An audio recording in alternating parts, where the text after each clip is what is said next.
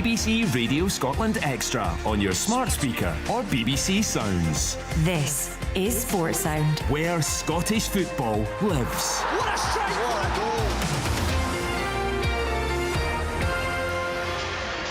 goal! Welcome to Sports Sound.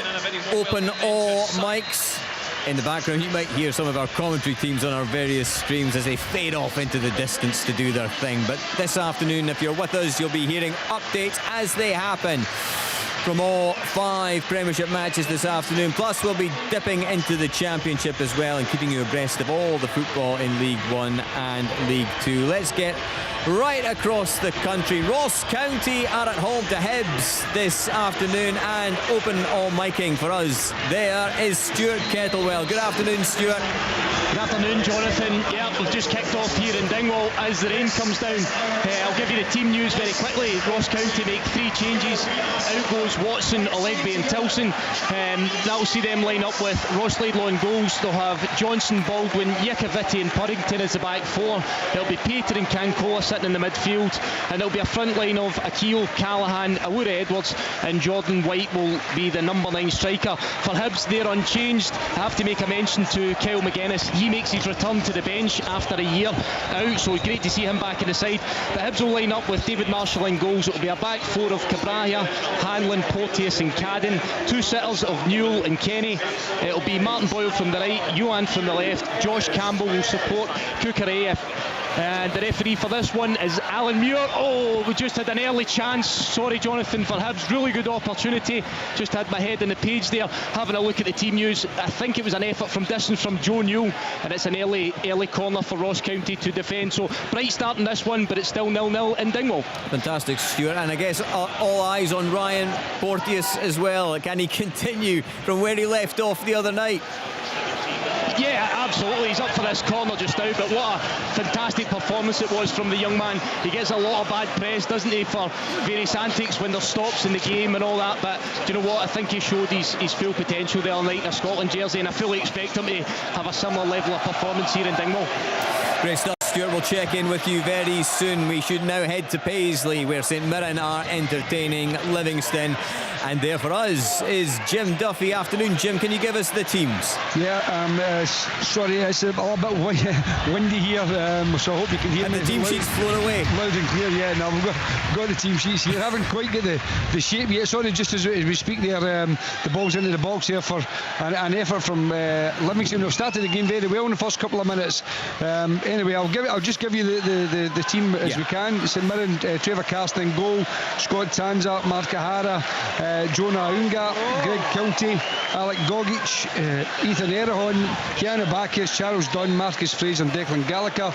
And for Livingston, it's Shamal Jaws, Nicky Devlin, Io Oberai, Dylan Bahambola, Scott Pittman, Jason Holt, Joe Newbley, Sean Kenny, Curtis Guthrie, James Penrith and Stephen Omionga.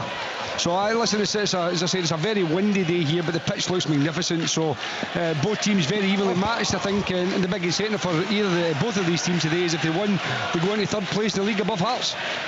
It's quite incredible, isn't it, Jim? It's really opening up for, well, it's early days in the season, of course. The teams have just played 7 matches apart from Hearts and Rangers, so much to play for. But yeah, huge opportunity today for plenty of teams to give themselves a lift, that is for sure. Let's step now into the Championship. A big day, as always, in the Championship, and it's a real tight situation at the top of the table. Obviously, Partick Thistle have been going great guns, as are Ayr United, and we are at both their matches this afternoon. Let's head off first to Partick Thistle versus Morton, and there for us, Derek Ferguson. Good afternoon, Jonathan. They've already hit the bar. Partick Thistle, it was Brian Graham from a corner kick coming off the bar, and I think it was Muirhead just putting one past the post. They're absolutely on fire at the moment, Partick Thistle. I'll give you the teams they've made. I'll not go through all the changes. 8 changes from the Challenge Cup game. I'll give you the start line-up. It's Mitchell in goals.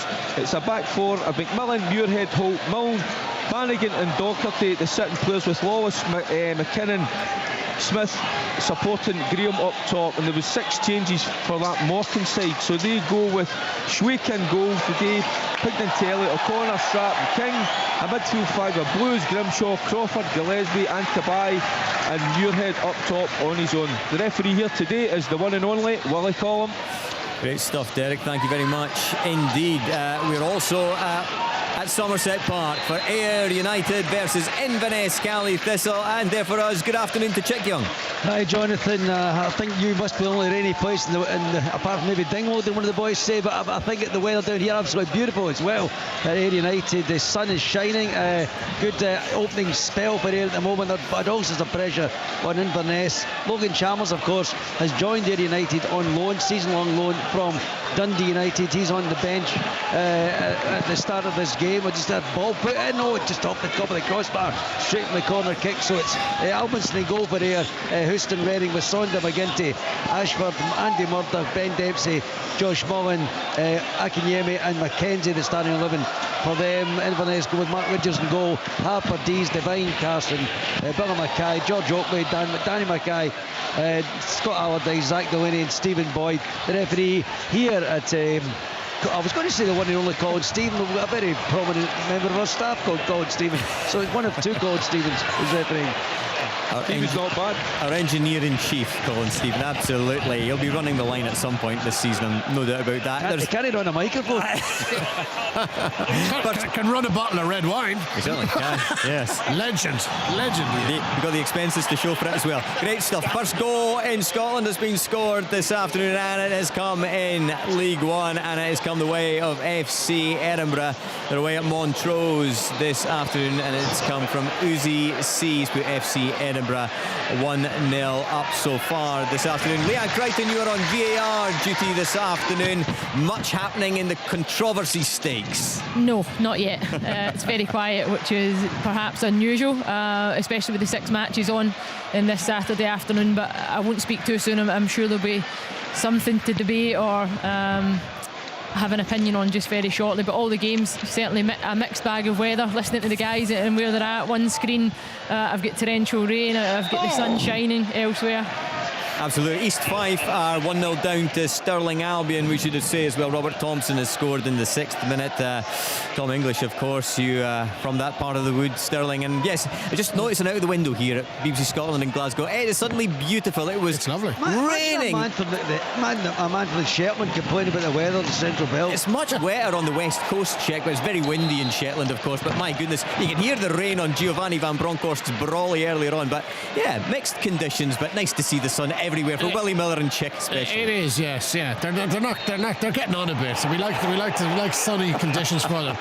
Interesting news from Anfield for all Rangers fans. Oh yes. They're losing 1-0 to Brighton at home. So that's an interesting. Rangers fans, you imagine, will be all over that now that their team has done the business today. They'll be watching Liverpool and see how they're getting on. Absolutely. Tom, I wanted to talk to you as well about the Kyle Lafferty situation. It's a serious situation, clearly. We heard Derek McInnes talking there about he's got Lafferty on the bench today. He's saying, well, you know, we've accepted the situation. We've dealt with it as a club. Yeah. We wish that the authorities would deal with it a little bit quicker. Do you feel it's the right course of action from Derek McInnes? Yeah, I do. You know, they have done everything that you would expect the club to do in that situation, and they're entitled to say, look, can we not expedite this, because Lafferty's holding his hands up, stupid, brainless, and the SFA will deal with him. This is a new kind of 10-game ban. This is the thing that they brought in the summer. I think it's Rule 81. And Lafferty will get the book thrown at him, and deserves to get the book thrown at him. My wider point on this is that, you know, there's enough in Scottish football. You will hear sectarian chanting from fans, from thousands of fans, and nothing is ever done about them. Now that's an SPFL when it's the fans, it's the SPFL matter. When it's individual players, it's the SFA. But I just think, when are we going to deal with this issue? Okay, we'll deal with Kyle Lafferty will be dealt with, fine. Throw the book at him, fine. What about all the other stuff that goes unpunished? Fans can sing anything they like in this country, and nothing is ever done about them. So that's the wider point. By just jumping on Lafferty, fine, but there's a bigger issue here. Absolutely. Okay, let's get back to the matches in hand. And we've not been to Celtic Park in a open all mics capacity. Of course, we've got commentary elsewhere, but with us this afternoon in terms of open all mics at Celtic Park is Rory Loy. Afternoon, Rory. Much happening? Good afternoon, Jonathan. Yeah, it was a lively start from Motherwell, actually. They took kick-off, and after 30 seconds, Connor Shields played in Dean Cornelius down the central right-hand side, who cut the ball back. It was cleared by Celtic and ended up for a Motherwell corner, so a positive start from them. Celtic burst back straight away. Maeda down the right-hand side, a lovely through ball from Welsh. Maeda found Jota at the back post, and his volley was saved by Liam Kelly. You would probably expect Jota to do better, but a really competitive start here at Celtic Park from both sides, but it does remain 0-0 at the moment, Jonathan. Rory, for a moment, thank you very much indeed. Bonnyrigg Rose are 1-0 down to Stenhouse Muir. Matt Yates with the goal in that one. And Falkirk have taken the lead against Clyde. Stephen McGinn with the goal there. They are 1-0 up as the goals start coming in across the country. Tom English obviously giving you the update from down south there. Earlier in the day, it was the North London derby, and an impressive victory, you'd have to say, for the former Rangers player. That seems a long time ago, Mikel Arteta. He still looks exactly the same, I think, actually, when he was playing at Ibrox, pretty much. He's the Arsenal manager, of course, now, and a resounding 3-1 victory for Arsenal against Tottenham this afternoon. Yeah, and Odsonne Edouard has just put Crystal Palace 1-0 up against Chelsea. I don't know if Scottish football fans want these updates from England, but I just think when there's a Scottish connection, it's always worth throwing it in there. Yeah, and you can always convolute a Scottish connection, I find, as long as you kind of stretch it far enough.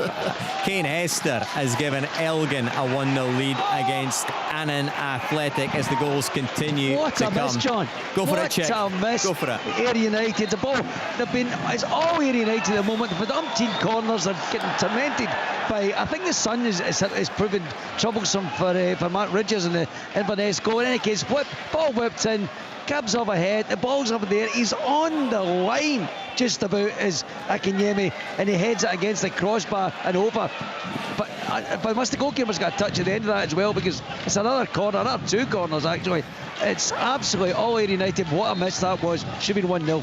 Dipo Akinyemi, absolutely hugely impressive. Leanne, it feels quite a long time ago actually when we were at Somerset Park watching them beat Dundee, but it was a fantastic match. Obviously the Championship Live stuff starts again next week. We're up in Inverness against Partick Thistle, but Dipo Akinyemi, yeah, he's an excellent striker. Yeah, he's certainly proven his worth this season for Ayr United. I say it with any team, if you carry a goal threat, it always gives you that chance to win football matches. And often in the Championship there's not a lot between the sides, very tight in many occasions, so if you carry that goal threat as Akinyemi's so far shown this season, you stand a really good chance. And I've been impressed with him. I think Lee Bullen's doing an excellent job at Ayr United, but I'm really looking forward to the resumption of the televised matches starting this weekend. It does feel like we've had a longer break than we normally would at this stage of the season. It does indeed. We'll be delighted to be back on the BBC Scotland channel Friday night,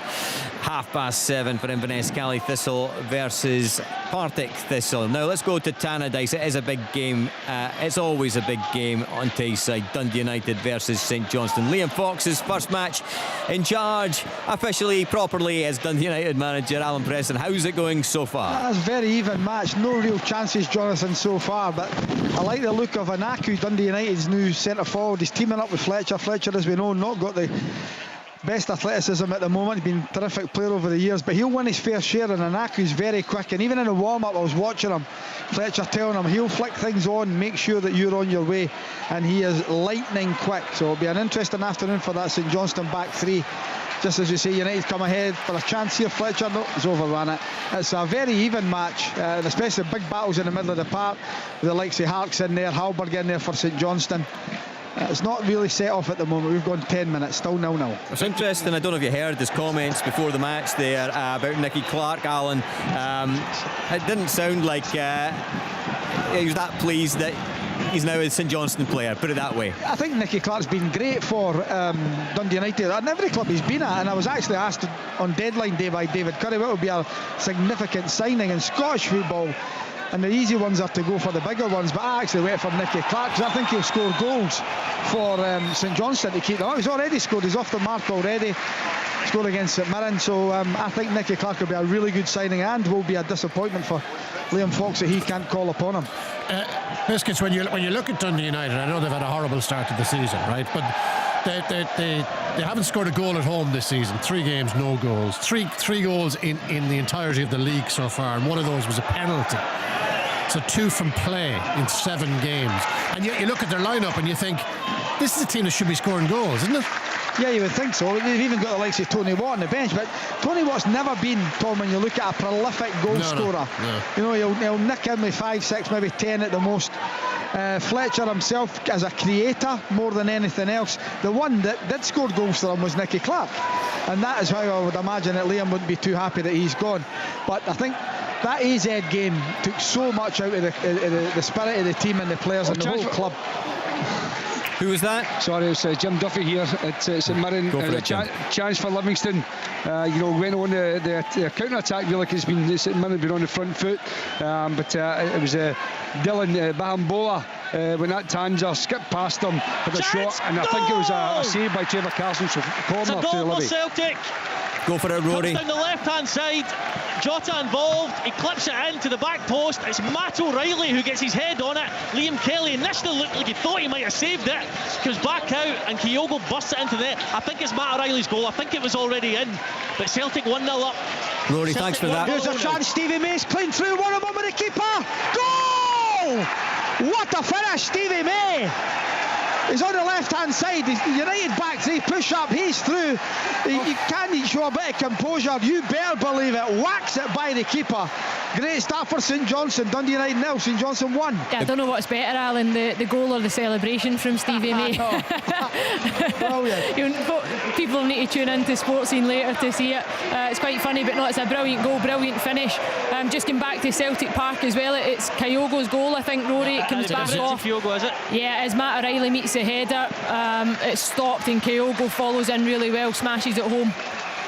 Another assist for O'Reilly, leading assister in the league this season. Although terrific. Is it an assist because the keeper saves it? I'm calling it an assist. Okay. An assisted assist, is it? Was it close to being in there at all from O'Reilly? It looked like it was pretty close. Yeah, it was. It was very close. I tell you what, that's a great finish from Stevie May. We're seeing the replays in the studio here as well, and he's probably never going to be quite the same player as he was maybe 8-9 years ago, but there was an echo of that there. No, but I'll tell you what, Jonathan, the fact he's made that run in behind as well probably is flashbacks to Stevie May of years gone by, because a lot of the time I watch him play, everything's to feet, it's short, it's intricate. That's one ball over the top that beats that entire Dundee United backline. It's route one from St Johnstone, but it's excellent. And this, it's a sensational finish, but again, it's another acres of space in this Dundee United defence. 20 goals, that's 21 goals conceded now this season in the league. Unbelievable. Stevie May's a better player when he's got someone playing with him. What a goal! It's a goal for Morton. It's Muirhead, Robbie Muirhead. I was just talking to one of the guys here and I'm thinking there's no way, he looks as if he's ashamed to shoot it. You shouldn't be hitting it from, he's hitting it from about 35 yards. No right to score, but I tell you what a strike.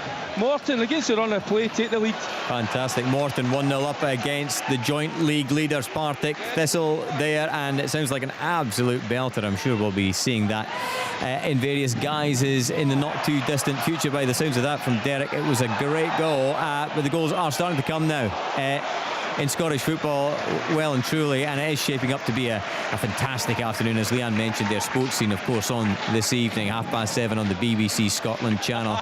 Stephen Thompson in the studio alongside, I think tonight, Kenny Miller and Michael Stewart, who has vacated the Sports Sound studio to take his place amongst the television staff downstairs here at BBC Scotland, as they will be mulling over the pictures, and we're getting some of them into the studio this afternoon. Leanne Crichton keeping across all of it as we have our reporters up and down the country. Let's cross to some more of our reporters, because Open All Mics is all about getting out and about. Stuart Kettlewell, let's head back to Dingwall. What is the flavour of things between Ross County and Hibs?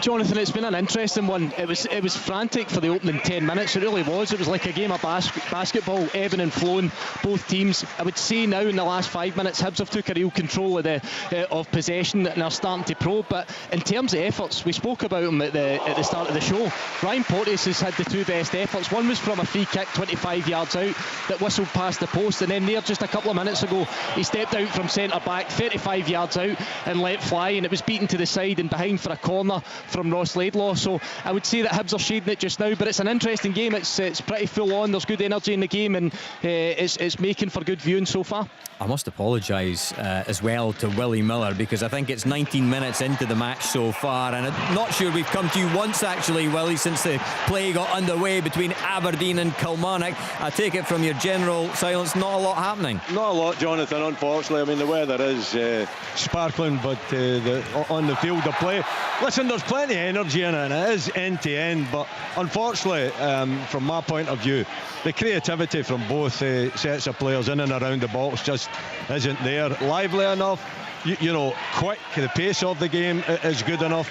The intent from both sides is to go forward, but unfortunately, in and around the box, no one's capable of creating any opportunities. That's why I've been quiet. Jonathan, if you had listened last season, that was the theme of the year with Willie. Just general silence. Biscuits, I was going to come in and ask you if you had fallen asleep when we couldn't get you a little bit earlier in the programme. And the game hadn't started yet, Willie. Wondering what kind of reception Derek McInnes got. It was okay. It was, as I said, a bit muted, very polite. I actually didn't notice much, Tom. You know, I think as far as Derek's concerned, he did say there's no edge to the game, but I can tell you, if he gets away with 3 points or anything today, he'll be totally delighted, I'm sure. It is a game that they need to take something from, you would think. It's one that would be sweet, I think. It would have a sweet taste to it if they can. If they can take the 3 points, it would be brilliant for them. 2-0 Brighton. I was just going to say that, Alan. Leandro Trossard in the 18th minute has got Brighton 2-0 up at Anfield against Liverpool. Chance. Back who was post, that? Callum McGregor. It came in. Celtic are so good down the side, it's unbelievable. Motherwell just don't know how to deal with Jota and Maeda's movement, and it all comes from the left hand side this time. Jota cuts back, defender from Motherwell misses it, comes to Callum McGregor with his technique. You expect him to do better. It's a good chance in my book, but it goes well wide. It remains Celtic 1, Motherwell 0. Ewan O'Reilly has put Stenhousemuir 2-0 up against Bonnyrigg Rose. Sorry, Alan, I cut you off. No, it's fine, Jonathan. I was just going to say, during the weekend, the Scotland game, what really annoys me about modern football is when someone is clearly 3-4 yards offside, the play has to come to a conclusion. Someone's going to get a bad injury here before the flag goes back up. I suppose the balance in that one, and it seemed very annoying the other night, I must admit as well, is that they're under so much pressure, these linesmen, but some of those decisions were just so blatant and clear cut, I thought, anyway, Tom. Exactly. But it's not their decision, though, is it? It's not. It's the authority. Exactly. It's the authority's But that's decision. what I'm saying, Willie. But surely for somebody 4 or 5 yards off, as we could see the other night, just put your flag up and Absolutely. let's common sense has to come into it in the end. They seemed ultra cautious the other night, to put it mildly, Tom. But yeah, The referees are told not to put their flag up until the action's finished. They are, that's true. Somebody's going to get a bad injury. Yeah. No, I get it, Alan, but I'm saying it's not the officials' fault. It's frustrating when you're watching. You see when someone's obviously they brought that in case someone's borderline and they put the flag up and then they look back and they think, no, he was onside. So it is a kind of tricky one, but I agree with you. It's someone will get injured. Alan, you talk about common sense needs to prevail. That's the thing about common sense, that it's not that common. Absolutely Especially right. in football. The amount of extra running that Jack Hendry did the other night until that flag went up was unbelievable. But anyway, that's the way of things at the moment. Falkirk are 2-0 up against Clyde. Stephen McGinn, again, a second goal for Stephen McGinn. Goal machine, just like John McGinn at the moment, it would seem. So all going well for the McGinns, I feel that's sorry for sure. for the third McGinn because Jota is tying him in knots at the moment. That is a shame. Off the back of that shot that came back off the post against Hearts just a couple of weeks ago as well. Wasn't ideal for Paul, but I'm sure it'll be amongst the goals at some point. In terms of Motherwell, Rory, in terms of how they are kind of setting up against Celtic this afternoon, how would you sum it all up? Well, they've set up with a 4-2-3-1. Like I said, they can fly out the traps, but like any formation at Celtic Park, if Celtic have got the ball, you end up dropping deep, and it basically becomes either a line of 5 and a line of 4. Chance! It's a goal. Goal for Aberdeen down the left-hand side. Johnny Hayes, electric, hits the byline, cuts it back. Ash Taylor tries to clear it, doesn't make a very good job of it. Vicente Basawin, he follows up and drills it low into the back of the net to give Aberdeen the lead here at Pittodrie. Yeah, Ash Taylor, well, he looks as if he's asking questions of his midfield players. He's made the block, isn't he? And Bazarwin's just arrived from midfield. He's free, nobody's picked him up. and it's a fairly straightforward finish, you would need to say. It is. He just gets a head over it, doesn't he, and just drills it. But you're right, absolutely not matched. The midfielder was not matched. In fact, there was two midfielders. I think it was maybe Watkins. It was alongside them, and you know, the Kilmarnock midfield. Yeah, Alan Power it is. It just switches off. Down. Yep. Yeah, he's outnumbered. Big goal for Vicente Bissau. And I want to ask you, Willie, what's your general thoughts on Bissau? And is he coming on to a game generally? Yeah, I mean, I think he's a talented player. He's got a lot of pace. He seems to be a confident player, prepared to take defenders on as well. They play him just off Majowski, and I think that's his best position, just off as like a number 10. But when he gets on the ball, he's direct. He can float out into wide areas too, and he can be a danger there. But no, I think he's a very decent player. Albion Rovers are 1-0 up against Stranraer. Charlie Riley with the goal in that one. Watkins is in. Oh, another big chance. It's still there. Oh, he goes down. Is it a penalty? It is indeed for Aberdeen. It's all happening up Majowski's taken down, and the penalty is given. Kevin Clancy points to the spot. And Leanne Crichton and Tom English move closer to the monitors in the studio to get a closer look at the action. It's a collision, Jonathan, with Hemmings, the goalkeeper. We'll get a look at it just now. Hemmings does well initially, he gets contact on the ball, he then goes to ground. Yeah, it's a soft one. It is soft, this to be might fair. Be the angle. Zach Hemmings has ended up on the floor. The ball takes a kind of awkward bounce. It does look like the goalkeeper does He catches him with it, almost his lower body. The counter argument might be, does he make the most of it, the player? No, definitely. Anyways, Majowski with the penalty, left foot, puts the goalkeeper the wrong way. 2-0 Aberdeen. Aberdeen on easy street all of a sudden. The return of Derek McInnes to Kilmarnock is not a happy one as far as Derek McInnes is concerned, that's for sure. Or Kilmarnock. The Aberdeen fans stand and applaud at a beautiful sun-kissed Pittodrie. We're looking at the pictures here. What do you think, Leanne?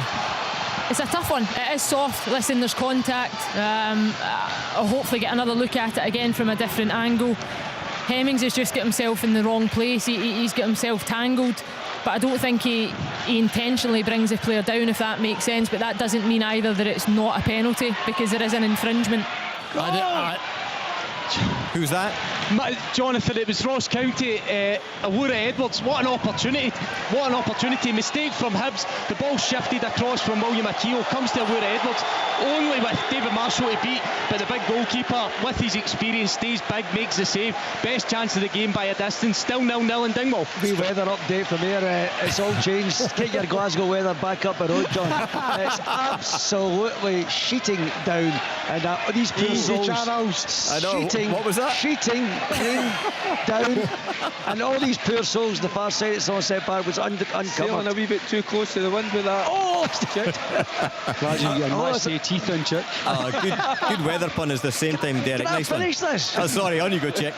They're absolutely packed in behind the goal now because they've all had to move away from. There are a few brave souls still over there, but most behind the goal now. Was that a goal? Yeah, got a goal for Thistle. It's the equaliser. It's Brian Graham. Yeah, who else? There's a ball whipped into the centre of the goal. It's about 6 yards out. And he's out muscling some of the 2 or 3 of those defenders. Gets ahead. It wasn't the powerfulest of headers, but beat the keeper. Keeper's absolutely livid at the minute. I'm just watching him kicking the post there. But yeah, Thistle, and deserved, most of the ball, so back in level terms. You paint a brilliant picture with your words, Derek. Fantastic. Partick Thistle versus Morton, 1-1 there. It's all happening across Scottish football, as it always does on a Saturday afternoon. Tom, I knew it was going to be good. Yeah, and listen, it's always good. It's always action-packed. What are we in? Half an hour in, and we've already had goals. We've had a penalty. Oh, you got another goal! Where is it? You've got another goal. It was written in the stars. At Pittodrie. It's Ash Taylor. Whoa. It's Ash Taylor with the header, unmarked from the corner, right-hand side. And he actually stoops to get his head on it, and he glides it into the far corner of the goal to get to Kilmarnock right back in this game, 2-1. Willie, could this be the most... Oh, should have scored. Scott Pittman. A mistake right in the heart of the St Mirren defence. A long ball over the top. I'm sure it was Declan Gallagher or one of the defenders just miskicked it.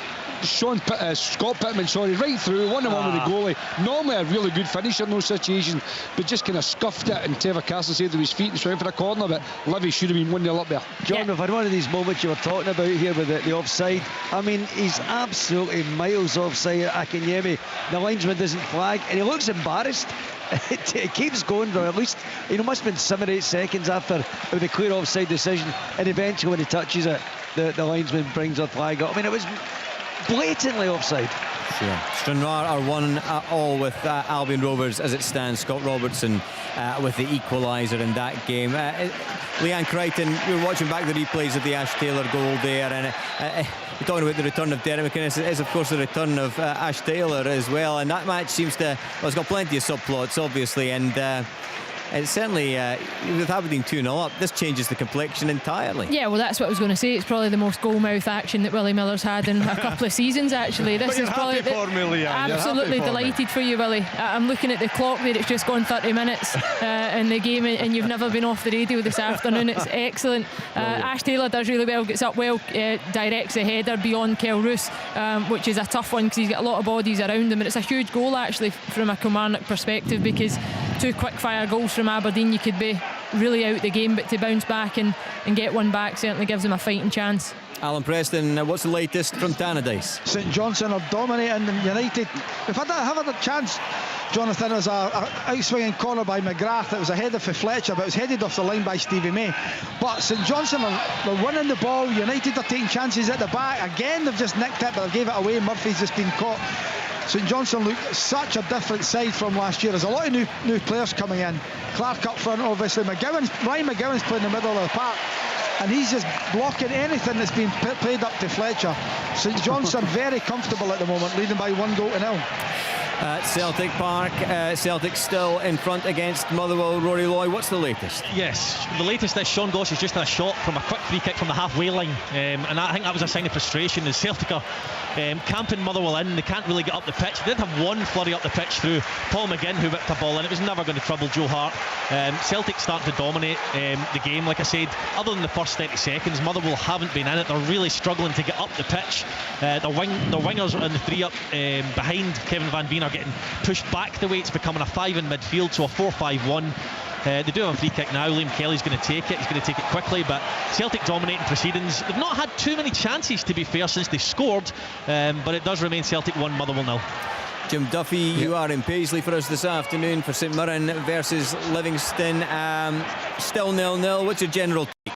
Yeah, I mean, it's been a scrappy game, really, to be honest with you, Jonathan. I mean, both teams are competing, but there's not been too much goal action. Other than the one, as I mentioned to you, Scott Pittman right through, should have scored, but there's been a challenge here, Alec Gogic, and Joe Newbley, and, to me, absolute certain free kick, and the referee doesn't give it, gives a throw in, but Newbley's taking a real whack to the shin, but it looks like, he rolls his socks down, so probably leaves that target for Alec Gogic, but, overall, I expected St Mirren, particularly after the last result against Celtic, to take them really out the blocks, and after Livy, but they've been very pedestrian, and the couple of chances that have came in the game have come from Livingston.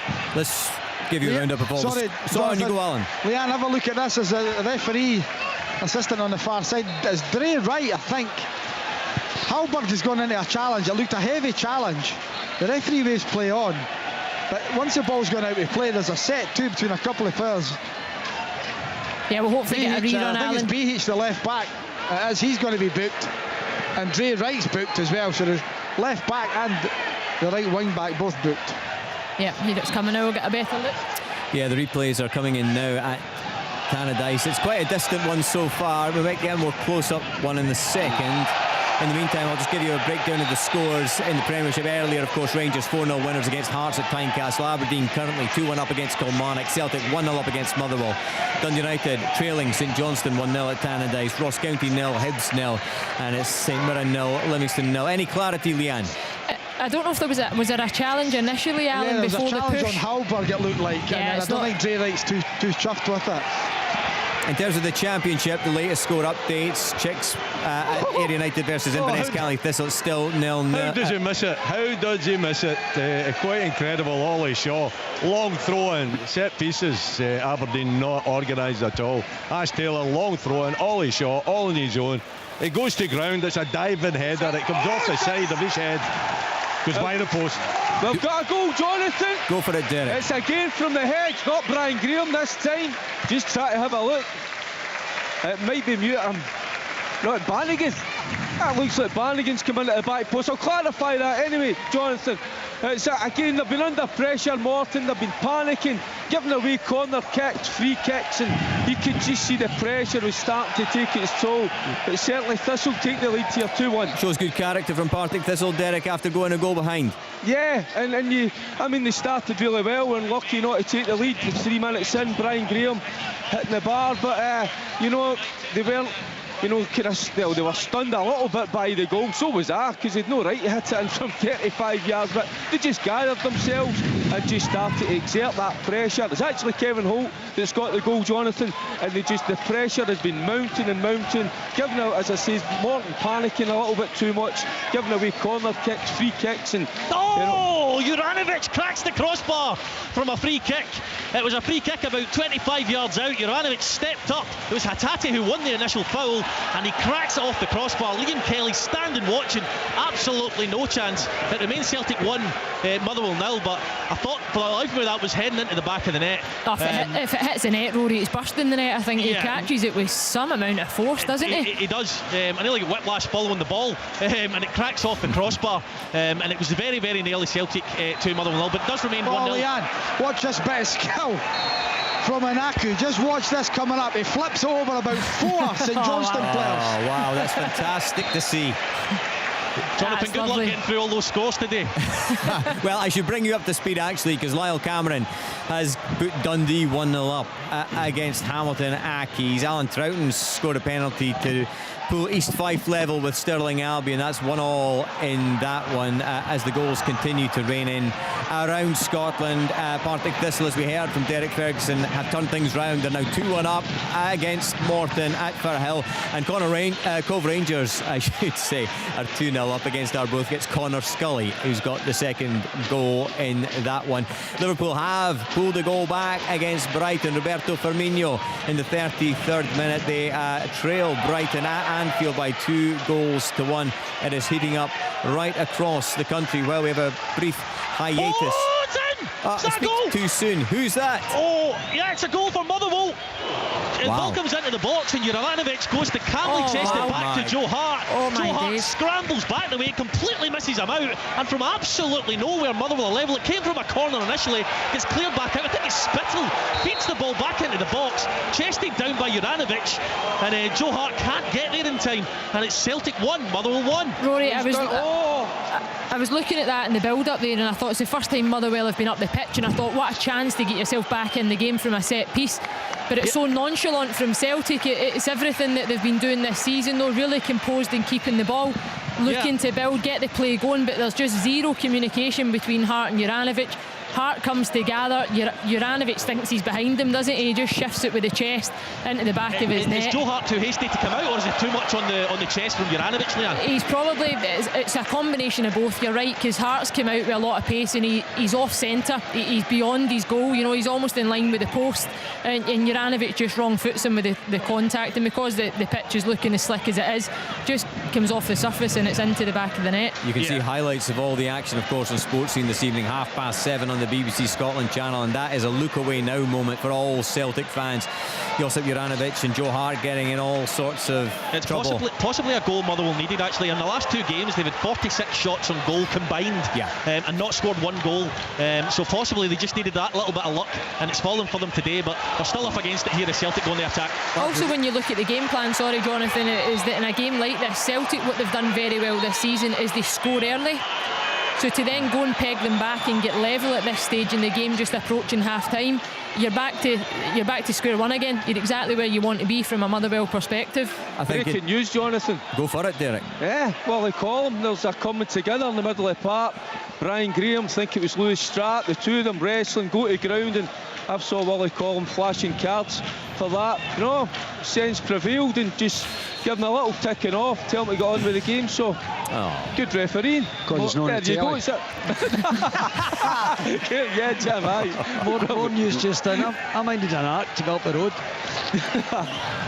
Is it still is it sheeting it down? It's absolutely sheeting it down. I tell you, one of the Inverness players there couldn't apply the brakes when right beyond over the touchline and slap bang into a puddle. Honestly, he's absolutely ringing, but they're all ringing out there. Chick, I'm sure I've heard you speaking about boats and stuff like that on open all mics. I'm sure you'll be fine. You must have contacts in high places that can get you home safely. Well, as you well know, I do, but I just didn't bring it with me today. Check, is the weather the dominant aspect of the conversation? Because it's 0-0 still between Ayr United and Inverness. That's a bad challenge in the middle of the park there. Yeah, it's actually quite a good game, and as the referee stopped it because of a head knock, Billy Mackay actually just took one in the coop in there. Brilliant goal again! 2-0 St Johnstone. Halberg, Stevie May wide on the right, he's to the byline, he whips it across, cuts it back, and Halberg just runs onto it, right foot, passes it into the far corner, giving the keeper absolutely no chance. Thoroughly deserved. St Johnstone are 2 up. It's brilliant, brilliant, Alan, brilliant. And we spoke about it the other week, didn't we? Numbers getting forward for St Johnstone. Now it's a turnover in the middle of the pitch, ball down the side, cut back. You've got 3 St Johnstone jerseys inside the penalty area looking to go on the end of it. It's changed days. Not too long ago you would have looked back and they would have barely had a body up the pitch to give them an out ball. Yeah, honestly, the signings that Callum's brought in, McGowan coming in, Mitchell coming in, Nicky Clark being in there as well, Montgomery, it's just giving the whole club giving the whole club a lift. I think St Johnstone, I don't want to tempt fate, but I think they'll be fine this year. Jamie Murphy's movement is brilliant actually, because he makes a run centrally beyond, knowing that he's not going to get on it, frees up the space for Halberg. It's all happening across the country, you can hear it everywhere. I mean, Dundee United's problems continue as well, Alan. It needs to be underlined as well, of course. And Liam Fox desperate to kick things off in a positive way. Well, that's it, you know, the fans are already booing. Hopefully they're just going for a cup of tea. There's some fighting in the back of the stand there behind the goals. They're having a right go at each other. Stewards are intervened in the home end. They're not happy at all, and one's actually been led away. Yeah, not going well for the home side at Tannadice. Sorry, who was that? It's me, George. It's another horror miss for Ayr United. This is actually almost worse than the first one. It was Mark McKenzie at the far post. Keeper's beaten. His keeper's behind him actually. Turns round to slot it into the net. He's only 3 yards out and somehow puts it beyond the post. Incredible. The one earlier on, remember, from Akinyemi. So 2 bad misses for Ayr United, who are definitely the better team. Still 0-0. Alan, just a question on the Dundee United shape. Is it the back 3? It's a back 3, yeah. Yeah, because I'm just looking back at both. Three, both those goals, have come from down the outsides of the 3 centre backs. I don't think the lad Beheach is a full back, Leanne, to be honest. I don't think he play there. He's a wing back more than anything. Doesn't look the best defender, and possibly that's the reason why. You know, and they've got Freeman on the right hand side, but it's not working for them at all. Just looking at Stevie May's movement for the first goal, he just goes for in the left hand side, and that one he goes for into out in the right hand side, and they're in behind, and they've got bodies and overload coming for the middle of the pitch. But even if you're playing a back 3, they've got to mark. They have to mark. They're not marking. They're watching the game. They're not watching the game through the man. They're just watching the game. And Stevie May just drifts off them into a space. McGibbon with a lovely ball over the top. Cuts it back, and it's 2-0. I'm sure I'll be interrupted in the next 10 seconds, but I'm going to try and give a quick update in terms of Scottish League 1, in terms of the scores. 38 minutes played in most of them. Dunfermline 0, Peterhead 0, Falkirk 2, Clyde 0, Kelty Hearts 0, Airdrieonians 0, Montrose 1, FC Edinburgh 1, Queen of the South 0, Alloa 0, and if I've got time to squeeze it in League 2, Bonnyrigg 2-0 down to Stenhousemuir. It's East Fife 1, Stirling Albion 1, Elgin City 2, Annan Athletic 0, Forfar Athletic 0, Dumbarton 0. Dumbarton well clear at the top of the division at this moment, and Stranraer are currently tied 1-1 with Albion Rovers. It has been a busy afternoon so far on Open All Mics. We've had plenty of action in terms of the Premiership, especially the goals have been coming in. Earlier, of course, Hearts losing 4-0 to Rangers. 2 goals for Antonio Cholak. Alfredo Morelos also on the score sheet. Ryan Kent as well, getting the 4th ahead of Rangers. Huge Champions League match on Tuesday night at Anfield against Liverpool. Hearts had a man sent off, Cammy Devlin, for a stamp. They take on Fiorentina in the Europa Conference League on Thursday night. Coverage of all these big European matches on Sportsound, of course, this week. Live coverage. It's going to be a chock-a-block week. And of course on Thursday night as well, Leanne, huge match for Scotland's women. It's going to be absolutely fantastic against Austria at Hampden Park. It is. It's going to be a huge occasion for them. I'm really rooting for them. I believe they've got enough in the team to get the job done, which would tee up a brilliant playoff match against Ireland, Republic of Ireland, next Tuesday. So it's an exciting one. I just hope the fans turn out, really get behind the team. Certainly the Tartan Army are on a high, coming off the back of that triple header with the men's team last week. So get right behind the women's team. It's against Austria on Thursday, as you say. It's a huge match, and I'm really looking forward to it. I think the momentum's really building to that match. Alan Preston. Again, St Johnstone are running riot. May again on the left hand side, cuts it back. Oh, Hatate, oh, it's a goal! Oh, he's offside. Oh, I know it's not. I got caught up with the crowd. It's actually hit the post behind the goals. So it has. Hatate absolutely smacks one off the post, goes back out to Kyogo. He heads it and it hits the bar, or the post behind the goals. And I jumped with the crowd thinking it was in. But it was a great strike by Hatate, I must say. Cannon's back off the post. They've hit the crossbar, they've hit the post, but they're still on level terms with Motherwell. It's still Celtic 1, Motherwell 1. Kyogo's doing everything to get on the end of it, Rory, to be fair to him. It's come back out. He's done everything that he could. He's outstretched. It's a diving header, but as you say, it's just hit the back stanchion off centre of the goal. Juranovic had a chance to make up for his part in the mistake for the equaliser. He actually played a really good 1-2 with Maeda down the right hand side, cut inside the box, but he hit his shot over the bar. It was a good chance for a player of his quality technically. Gavin Riley has given Queen of the South the 1-0 lead there in the 42nd minute against Alloa Athletic. So I'm just making sure we keep up to date with most of the scoring. Down south, Newcastle are 3-0 up. Away at Fulham, a big scoreline in the first half of that match. But up in Scotland here, we've got plenty of goals to keep us interested. Mirren claiming for a handball here at Paisley. Greg Kiltie broke wide, had his unfavoured right foot across the goal. I think it was Omeonga, it slid in. It did probably hit the back of his hand. I don't think it's a penalty, but anyway, Scott Tans is over for the corner. Half time, Celtic 1, Motherwell 1. Yeah, thanks very much. Half time, Ross County 0, Hibs 0. The half-time whistles are starting to sound around the country. Leanne, did you get your eyes across the St Mirren situation? Yeah, it was a difficult one to see, but it certainly didn't look to me like his hands were in any unnatural position. I'm not in fact sure if it hit the hand, but it certainly didn't look like it. Didn't look like that from here. Oh, it's a chance, it's a chance, it's a chance, it's a goal. It's Majowski for Aberdeen, making it 3 for the Dons just before half-time. Basawin down the left-hand side, and he cuts it back, and goalkeeper Hemmings comes out. Thought initially had managed to block it, but it bounced favourably for Majowski, who slots into the back of the net for the third for the Dons. Willie, have you heard of the law of attraction?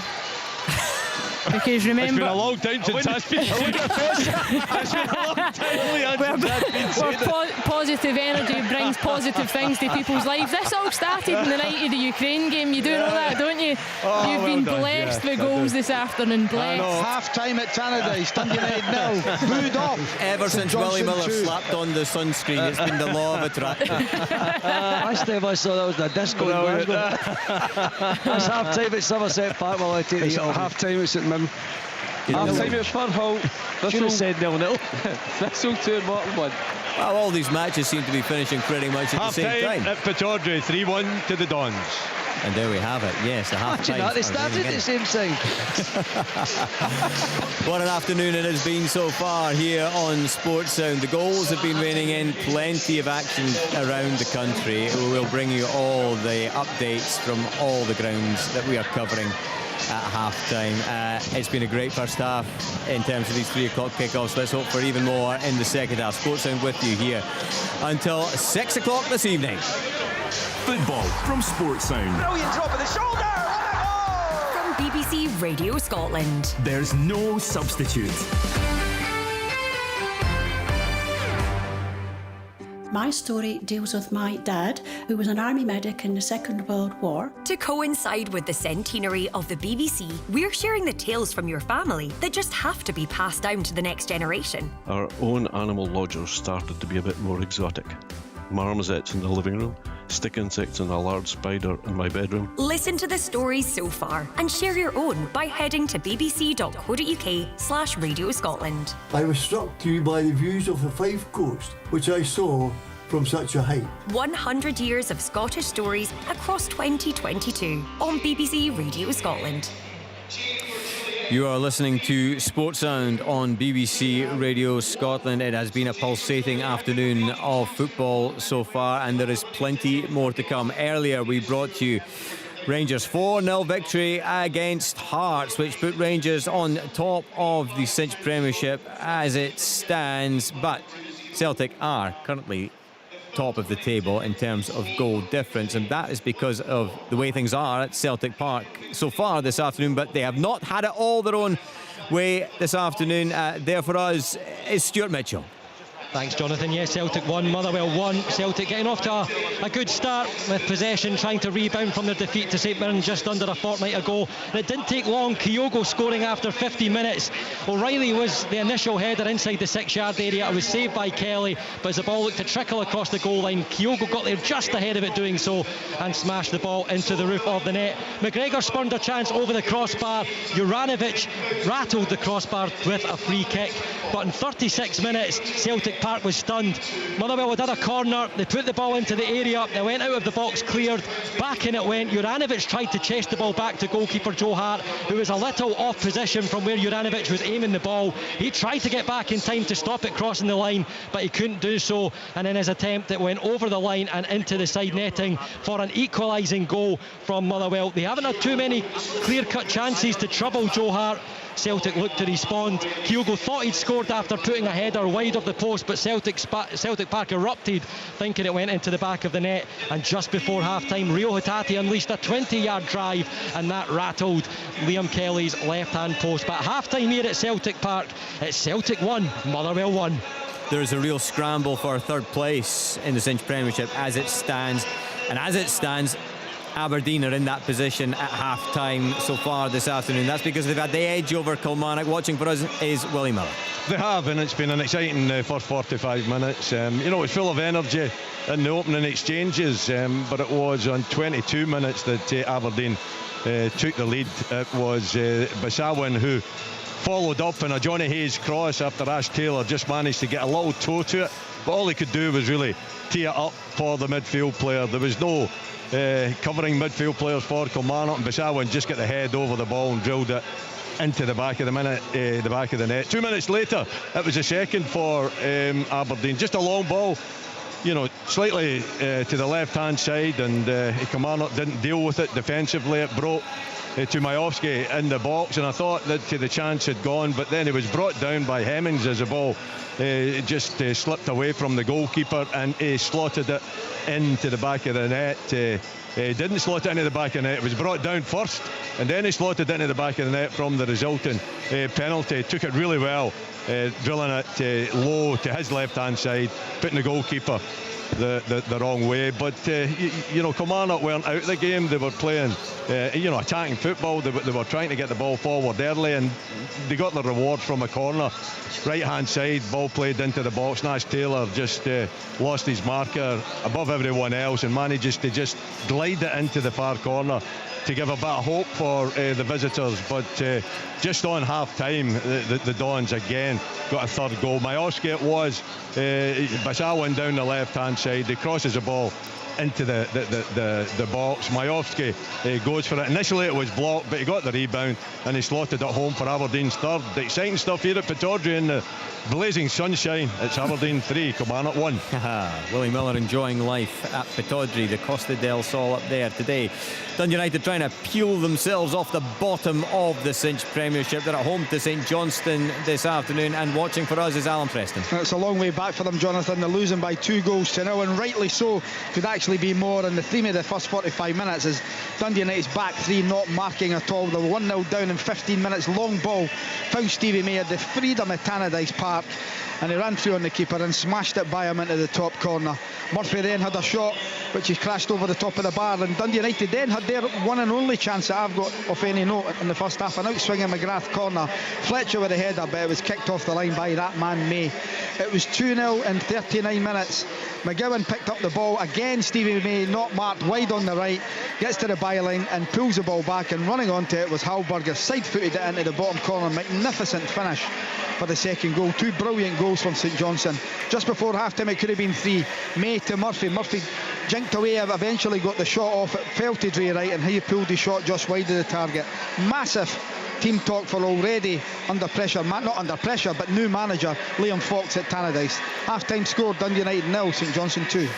Alan, thanks very much. Ross County are hosting Hibs this afternoon in Dingwall for us. Stuart Kettlewell. Yeah, thanks Jonathan. It's 0-0 at half-time in Dingwall. To be honest, it's a game full of energy but lacking that end product. We have had a couple of chances, however, the first couple coming to Hibs and Ryan Porteous. In 7 minutes it was an effort from a 25-yard free kick from Porteous. It whistled just past the post. 10 minutes later he had another effort stepping out from centre-back position, driving forward and letting fly from 35 yards. And it was fairly easily beaten away by Ross Laidlaw and put behind for a corner.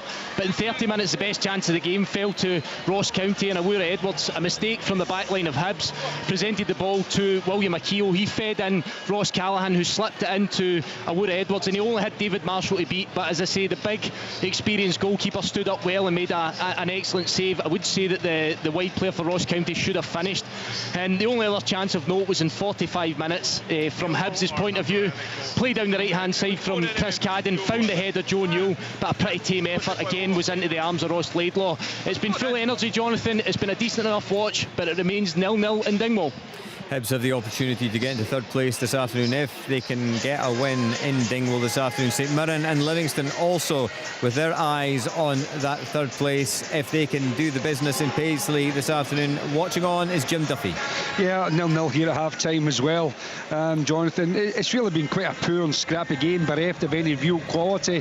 The first early chance came from a corner, when Scott Tanzer whipped it in and the wind kind of caught it, and Shamal George punched it to Alec Gogic from about 15 yards out, and he just really smashed it with no control well over the bar. The only real goal scoring opportunity came from a long ball from Sean Kelly over the top of the St Mirren defence. Declan Gallagher let the ball scrum under his foot. Scott Pittman went through 1-on-1 with the goalkeeper. I fully expected him to score, but he didn't really make a clean contact, and Trevor Carson stuck a foot out and deflected from the corner. The only other chance was Dylan Bambola for Livingston when he brought on the right hand side, and a shot, it was deflected again away from the corner. Both teams are playing 3-5-2. They're kind of cancelling each other out. Too many long balls, too many free kicks, a lot of petty free kicks. Nothing. It's not as if there's a bit of needle in the game. It's just like the play keeps breaking up and there's no real rhythm to the game. So hopefully that'll improve in the second half. Stevie Robinson, you can see him trying to urge his players to do things quicker, get the ball down, play things a little bit shorter and sharper, and try and be a little bit more creative. As I said, I expect better from both clubs, but I think on the balance of playing the first half, Livingston was slightly the better side and maybe a little bit disappointed that they haven't got themselves in front. But half time here at Paisley, 0-0. Jim, thanks very much. That's the Cinch Premiership wrapped up as it goes so far this afternoon. Let's dip into the Championship and head first to Partick Thistle versus Morton. There for us is Derek Ferguson. Yes, Jonathan, this one's been a good watch, I've got to say. At the moment it's Partick Thistle 2, Morton 1. Thistle certainly started well in this game, unlucky not to take the lead 3 minutes in. It was big Brian Graham hitting the bar with the head, but it was against the run of play. Morton took the lead on 17 minutes, and what a goal this was. Robbie Muirhead, it was a free kick from all of 35 yards. Ball flashing past the stunned Mitchell in goals to take the lead for Morton. Thistle, well, they had to regroup and they did so, and they levelled in 27 minutes. It was McMillan, great cross from the right hand side, and who else finding the head of Brian Graham to head home from about 6 yards out. Thistle, where they started to turn the screw, piling on the pressure and took the lead on 34 minutes. It was McKinnon with a corner kick this time from the left hand side to the back post area, and it was finding the head of big Kevin Holt to power pass, Wake in goal. Terrific stuff here at Firhill. It's Partick Thistle 2, Morton 1. Great stuff, Derek. Thank you very much. To the last of our featured matches this afternoon in the Championship. It's Ayr United up against Inverness Cally Thistle, and watching that one is Chick Young. The weather's been biblical down here in Ayrshire, and suitably the escapes for Inverness have been miraculous. They've got away with two that Ayr United should really have dispatched back into net. The first offender was Deepak Akinyemi. It was a header. He should have put it into the net. He was only a yard out. He hit the crossbar with that, and then in the wake of that, another chance. Mark McKenzie, the goalkeeper's behind him. He's inside the 6-yard box. He just got to roll it into the net, and somehow he put it beyond the far post. Ayr have been much the better team. Inverness have never really got into the first 45 minutes, although they have been playing into the typhoon that's sweeping in off the Clyde. It certainly has caused all sorts of problems for players on the park, but actually I've quite enjoyed it. It's been quite exciting. Could do with some goals, and if the defending continues like this, and assuming the attacking players find their way to goal, then things could be vastly different in the second half. Half time though is Ayr United 0, Inverness Cally Thistle 0. Elsewhere in the Championship, Dundee are 1-0 up away at Hamilton Academical. Queen's Park and Wraith Rovers, that's currently 0-0 at half time, and Cove Rangers 2-0 up against Arbroath. In League One, Dunfermline 0, Peterhead 0, Falkirk 2, Clyde 0, Kelty Hearts 0, Airdrieonians 0, Montrose 1, FC Edinburgh 1, Queen of the South 1, Alloa Athletic 0. And in terms of League 2, Bonnyrigg Rose 2-0 down at home to Stenhousemuir. It's East Fife 1, Stirling Albion 2, Elgin City 2, Annan Athletic 0, Forfar Athletic 0, Dumbarton 0, and Stranraer 1, Albion Rovers 1. The second halves are about to get underway. You're listening to Sports Sound. This is Sports Sound from BBC Radio Scotland. Time to choose what you want to listen to on Sports Sound. Commentary is Celtic against Motherwell. Tune in to BBC Radio Scotland Extra on BBC Sounds, digital radio and 810 medium wave. For open all mics, it's BBC Radio Scotland on BBC Sounds and 92 to 95 FM. And if it's commentary of Dundee United against St Johnstone that you're after, head to bbc.co.uk/Sports Scotland, where you'll have a choice of all our different streams. On digital radio, online at BBC Sports Scotland, or play BBC Radio Scotland Extra on your smart speaker or BBC Sounds. This is Sports Sound. There's no substitute.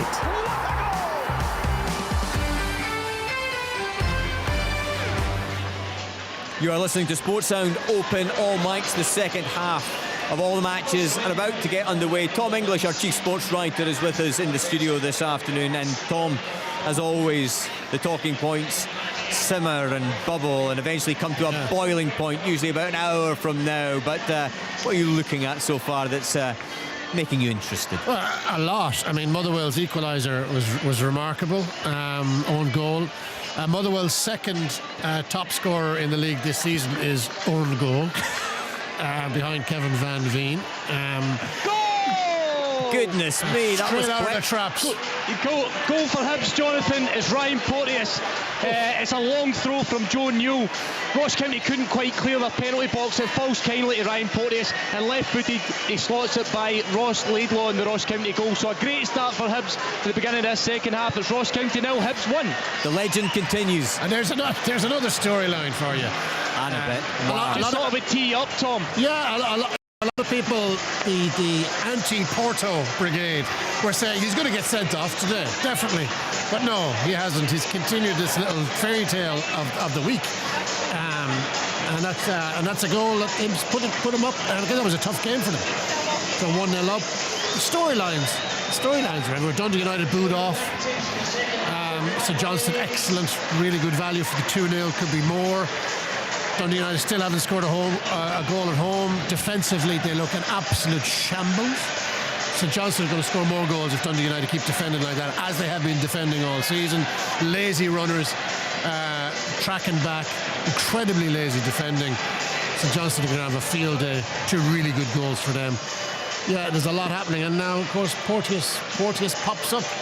Man of the moment. You cannot keep him out of the headlines. We'll actually be hearing an interview from Ryan Porteous that we did a couple of days ago, just after he rejoined Hibs for training after his heroics for Scotland.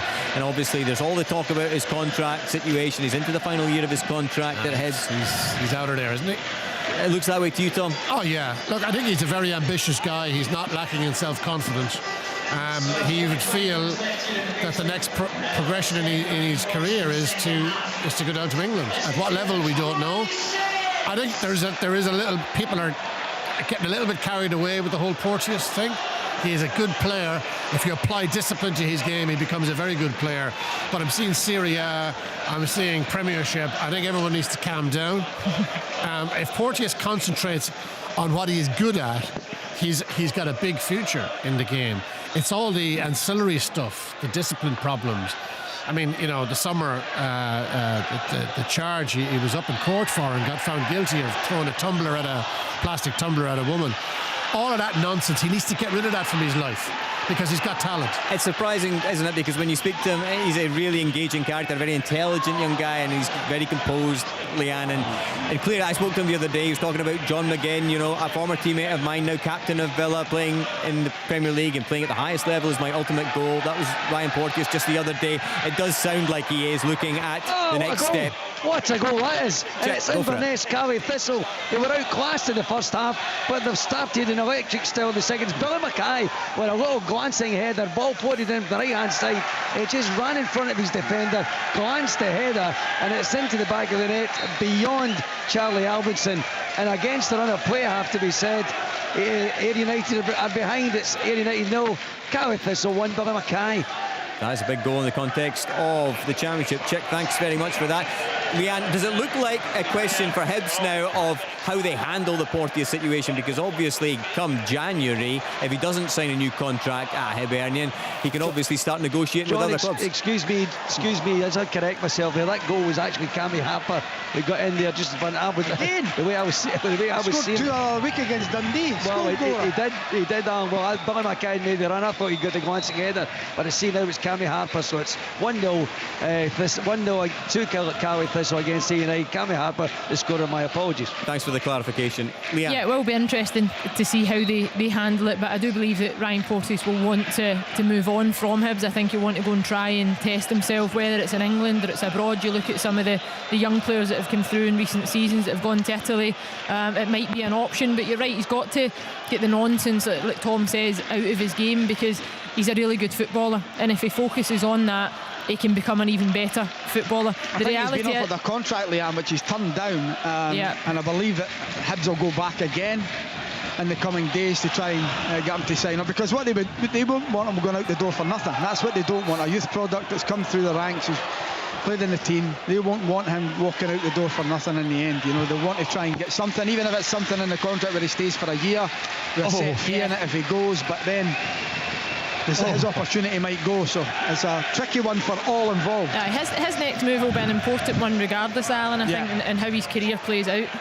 He's certainly keeping the momentum going. He has that goal up in Dingwall, which has Hibs currently, if my maths is correct, and I'll double check this, in third place as it stands in terms of the Premiership table. I might be kind of wrong there. Let's just have a look. Yeah, Hibs are third. Yeah, 14 points, exactly. 5 points behind Rangers and Celtic as it stands. Let's get round the country. Rory Loy is at Celtic Park this afternoon. They are being held by Motherwell. It's one apiece last time we checked in, Rory. What's the situation? So the second half started pretty much a carbon copy of the first half. Motherwell come up the pitch, they won a corner. It was a great ball in by Sean Goss. It bounced right in the middle of the 6-yard box. It's criminal from both sides' point of view. It should never happen from a defensive point of view, but from a Motherwell point of view, it's an unbelievable chance for someone to get on the end of it and nick it into the net. It goes right through. Joe Hart, a little bit unsure, possibly could have came out for it and didn't, but other than that, Celtic have come forward a couple of times through Jota, but not really led to much. So we're kind of 5 minutes into the second half, Jonathan, and it's still Celtic 1, Motherwell 1. Let's head to Pittodrie. Aberdeen doing great things against Kilmarnock, really pouring cold water over Derek McInnes's triumphant, well, it's not a triumphant return at all to Pittodrie, Willie Miller. Yeah, Kilmarnock have started really well in the second half. Had a big chance there as Roos dwelt on the ball, and Christian Doyle stole it off him, went to the byline and cut it back, and Polworth somehow managed. I think Ross McCrory was in close proximity. I think he maybe just put Polworth off, but it looked as though it was going to end up the back of the net. Actually went by the post. So yes, Aberdeen on top, very much so, and deservedly in the first half, scoring the 3 goals. Kilmarnock started really brightly in the second. They've got that one. They've got a 2-goal deficit to make up, and they've got to start brightly, and they've got to take that on. But it's a good game of football. Thoroughly enjoyable. Alan Preston. Oh yeah, that was Jim Duffy, I think it was. Was it? Sorry, my mistake, Jim. It was an absolute star from Obalai. I mean, it's a free kick. Again, as I say, the second half started again littered with little free kicks, but Sean Kelly clipped it in. Obalai went round the back, no one picked him up. He's 6 yards out, free header, doesn't even hit the target, and it's just symptomatic of the game, really. That bit of quality in the penalty box had been missing. It's more like a defensive header, Jim. He gets it completely wrong. When you take a look at this, sorry Jim, the ball comes into the box. It's a Motherwell player. I don't know quite who it is. He charges. It looks like it's very possible into Joe Hart. He's lying spark out on the floor, Joe Hart, at the moment. He doesn't even get a foul, John Beaton. It looked a clear foul. I know goalkeepers are quite protected, but it looked a foul to me. Did you get a chance to see it? I've not had a replay yet, but I'm seeing him out flat in the grass just now. Rory, I think, was it Sean Goss possibly in the middle of the pitch? He looked as if he was... It was a big lad. It possibly was Sean Goss, but he went right into Joe Hart. I mean, it looked like a stonewall foul to me. John Beaton didn't give it. Celtic fans weren't happy about it, and for what I could see, quite rightly so. It's actually Solomon that jumps with him. There's not too much in it, I would need to say. He kind of jumps with his arm, whether it's just the way that Hart's come down and landed. I will get another look at it certainly, but it looked like he was genuinely just competing for the ball. The ball landed to a Motherwell player on the edge of the box, and Joe Hart kind of collapsed, which kind of put the fear in everybody, I think. Yeah. But he seems to be okay. It's a bizarre one, actually. Just looking at that replay, I don't quite understand why Hart's gone down. Didn't look like there was too much in it. Honestly, Rory, we'll get another look at it again here. He comes out. Solomon's maybe catches him just in the chest as he backs into him more. It's more of a coming together though. Solomon's got all eyes on the ball. Hart comes out behind him. Players come together. Solomon actually gets a knock in the back of the head. Actually, one. He's back up now. The fans are applauding, so I it seems okay. think the viewers that watch Sports Scene tonight might get a better look at this. Joe Hart, I think, has been very smart as he gets back up for the knock. Trying to get the game to stop with the head knock. Notices, I think, that the player is dropping and the ball's on the edge of the box, and he gets back down in the grass. Now, whether it's secondary to the first bit of contact, but I think he's shown his years of experience, I think, Rory, is what you've just seen. Is that a dive? Well, I wouldn't call it a dive because there has been the contact before it, but I think he's went back down to the grass because he knows that the foul will probably come. He's trying to pull the wool over the referee's eyes, is what you're saying. I never said that, Jonathan. In polite terms, I think. Tom English, what did you make of that? That was utterly bizarre. It was bizarre. I thought for the first collision, I thought he might have taken a dunt. But he gets up off his feet. Looks okay. He definitely took a dunt in the first collision. He took a dunt in the first one. Second one, there doesn't seem to be much contact at all, but he goes down. I wouldn't be nearly as cynical as Leanne. No. From the angle that I've just seen it from behind the goal, you can see exactly what Joe Hart is perhaps seeing. I think Leanne may have a point. It's a curious one. It's an interesting one. You want to see it a few more times. As I say, the viewers can tune in later and I'm sure they'll get a better look at it. Absolutely brilliant. Scottish football, it always blindsides you in terms of curious situations, and that's just yet another one for the rich tapestry. I can't wait to see Stephen Thompson and Michael Stewart and Kenny Miller pulling that apart this evening. They've got plenty to be going on with already. I can't wait to hear what they say about that disallowed goal at Tynecastle as well. Michael certainly had a view. Leanne certainly had a view. I think we know what Michael's going to say about it. No! It's a third official. It's a ball again. They don't deal with balls into the box. I'm trying to clarify who it is. It was a ball into Holt again at the back post. It's a free header. I don't think it's Brian Graham, but they've certainly they've struggled more this afternoon. Balls into the box, corner kicks, free kicks, and once again they fell short. Thistle certainly took the lead, and I will confirm who that is in 2 or 3 seconds. We're not allowed in open all night to say we think it's not when the goal goes in. There's a booking here there's at a Paisley. few bodies in there, Check. I'm just saying, the Thistle numbers are quite So Derek, hefty. sorry, just to clarify, Partick Thistle have had the ball in the back of the net, so it's 3-1 Partick It's Thistle. 3-1. It's a Turner free kick. He just floats it in. There's Kevin Holt, back post area again, but he doesn't go for goal. Just heads it back into the danger area, around about the 6-yard spot. That did sound like Alan Preston this time. Brilliant stuff again. Stevie May once again. The shot just clips it, just tries to chip it into the far top corner. It smashes off the bar and away to safety. United are all over the place. They need to get the next goal, Dundee United, or this could be horrible for them. And that third goal, Jonathan, was scored by Muirhead. It's a brilliant effort from Stevie May. Thank you, Derek. Yeah, he just sweeps it, doesn't he, Alan, with the right boot? Wonderful effort. He actually, I think his reaction tells you that he thought it was maybe dropping in. Let me bring you up to speed with the scores in the Premiership as it stands. Of course, earlier Rangers 4-0 winners against Hearts.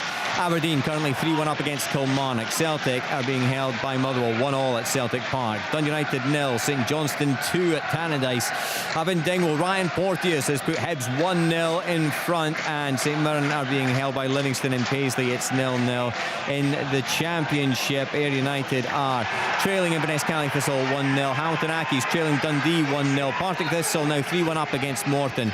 Queen's Park and Wraith Rovers, that's still 0-0. Cove Rangers 2-0 up against Arbroath. Let's dip into League One before somebody interrupts me. Dunfermline Athletic 0, Peterhead 0, Falkirk 2, Clyde 0, Kelty Hearts 0, Airdrieonians 0, Montrose 1, FC Edinburgh 1, Queen of the South 1, Alloa Athletic 0. And into League 2, I'm going to get that far. Bonnyrigg Rose 1, Stenhousemuir 2, East Fife 1, Stirling Albion 2, Elgin City 3, Annan Athletic 0, Forfar Athletic 0, Dumbarton 0, Stranraer 1, Albion Rovers 1. What's going on at Celtic Park there, Rory? Coming together? Yeah, it's bubbling up nicely. There wasn't much in that particular instance there, Jonathan. John Beaton gave a foul to Motherwell. It looked like it probably could have went either way, so the Celtic fans weren't particularly happy, but not too much of a contentious decision. But it's bubbling up nicely. Connor Shields battered into Greg Taylor just a minute ago, put him to the ground and put a cross into the box, and it looked for a second like Blair Sprittle was going to barge into Hart again. He didn't do it, but like I said, Celtic fans just becoming a little bit edgy, and the game's nicely poised, I would say, going into the last half an hour. And Tom English, the Stevie Hamill revolution at Motherwell continues apace. I think everybody impressed by how he's just hit the ground running. Yeah, listen, I mean, I think what they're doing here is, I mean, they're surviving in the game. Celtic have hit the woodwork a couple of times, but it's 1-1, and I would imagine Celtic Park will be getting very, very testy right now, given Rangers have won 4-0 earlier on, given the brilliant performance and victory from St Mirren the last time out.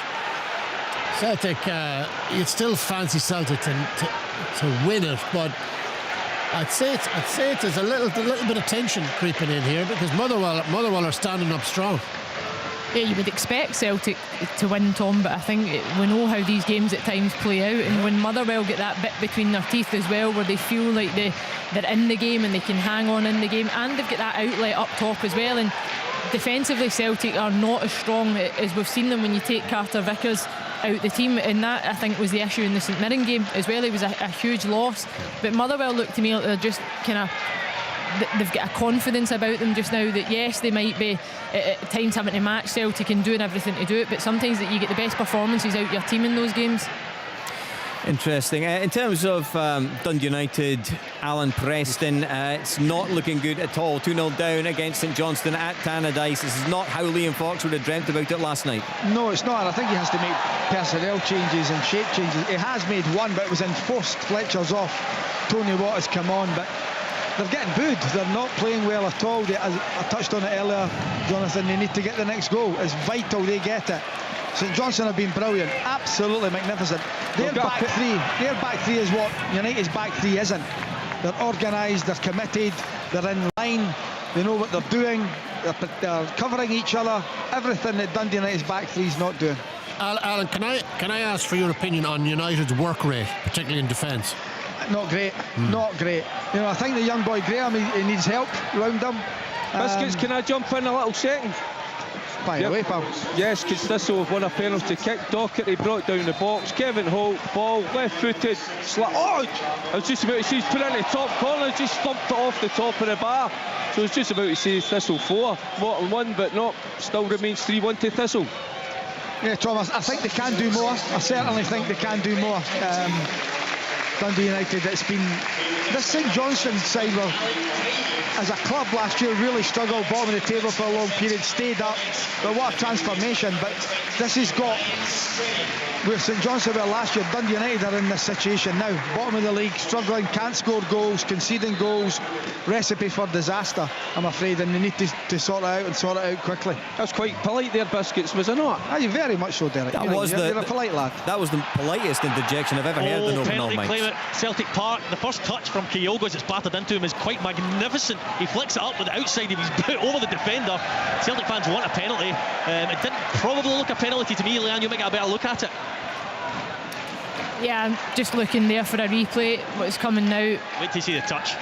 That touch is excellent. No, it's hard to tell actually from that angle, but Kyogo's reaction perhaps tells me everything after it, that I don't think there was much in it. Tom, you were? No, I don't think there's much in it. It looked, I can imagine why Celtic fans are reacting to it, because it did look in real time like a foul. I don't think it was. Stephen Etsy has given Queen's Park a 1-0 lead against Wraith Rovers as we try and keep abreast of what's going on across every division in terms of the cinch leagues. Liverpool are now level down south with Brighton. They were 2-0 down at one point. Roberto Firmino with both the goals for Jurgen Klopp's side this afternoon. Tom English, you'll be pleased about that. You've got a soft spot for them, don't you? I do, yeah. Slightly concerning start of the season from Liverpool, but yeah, good fight back. There won't be such a soft touch for Rangers after all then. I've got to say though, Jonathan, I was down at Brighton a few weeks ago. What a side there. What a team. Magnificent. And to lose their manager, Alan, and still turn in a performance like this, okay, I know they've been pegged back, but that's a brilliant football club. Really well organised. Oh, it's a goal, Celtic! Really good strike. Motherwell switch off from a corner. Jota plays it to the edge of the box to that man Hitati. wow. He is deadly from that range, and he pinks it with the laces through the ball straight into the bottom corner to put Celtic back in front.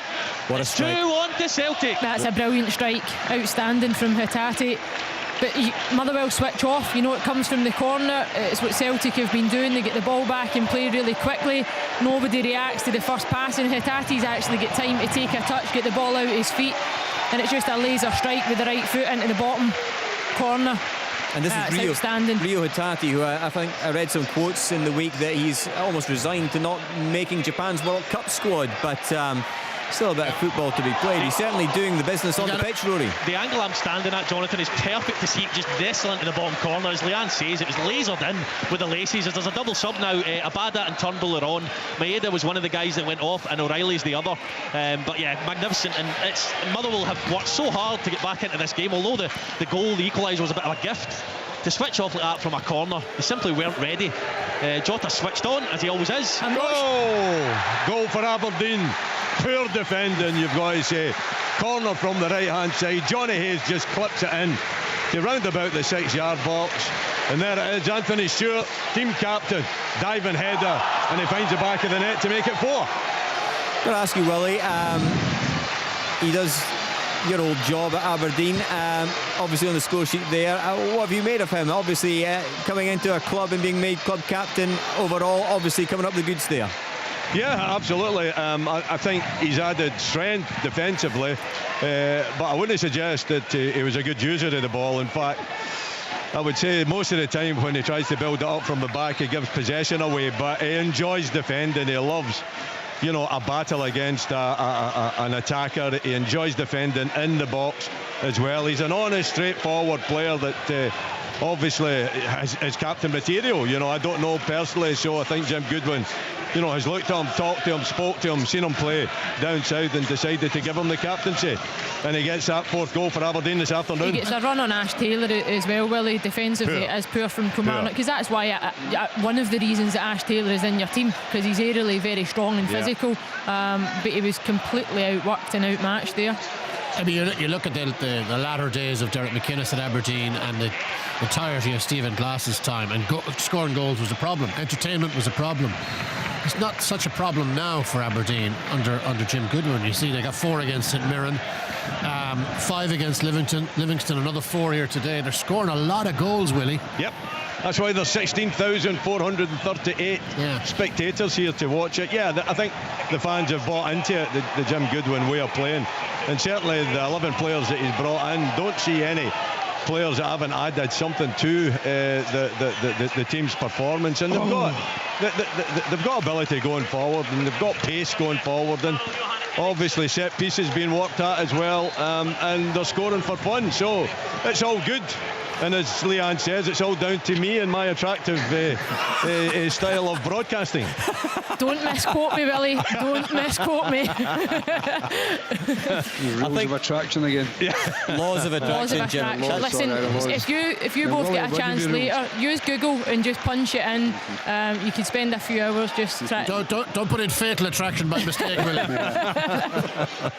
That sounds like a new aftershave that Willie Miller will be advertising very soon. I've got to say, going back to the goals, Rio Hatate already has the feel of a big goal this afternoon, Tom. Obviously, Celtic looking out to make that gap between themselves and Rangers. They were top on goal difference, but now they've got that 2-point cushion as it stands.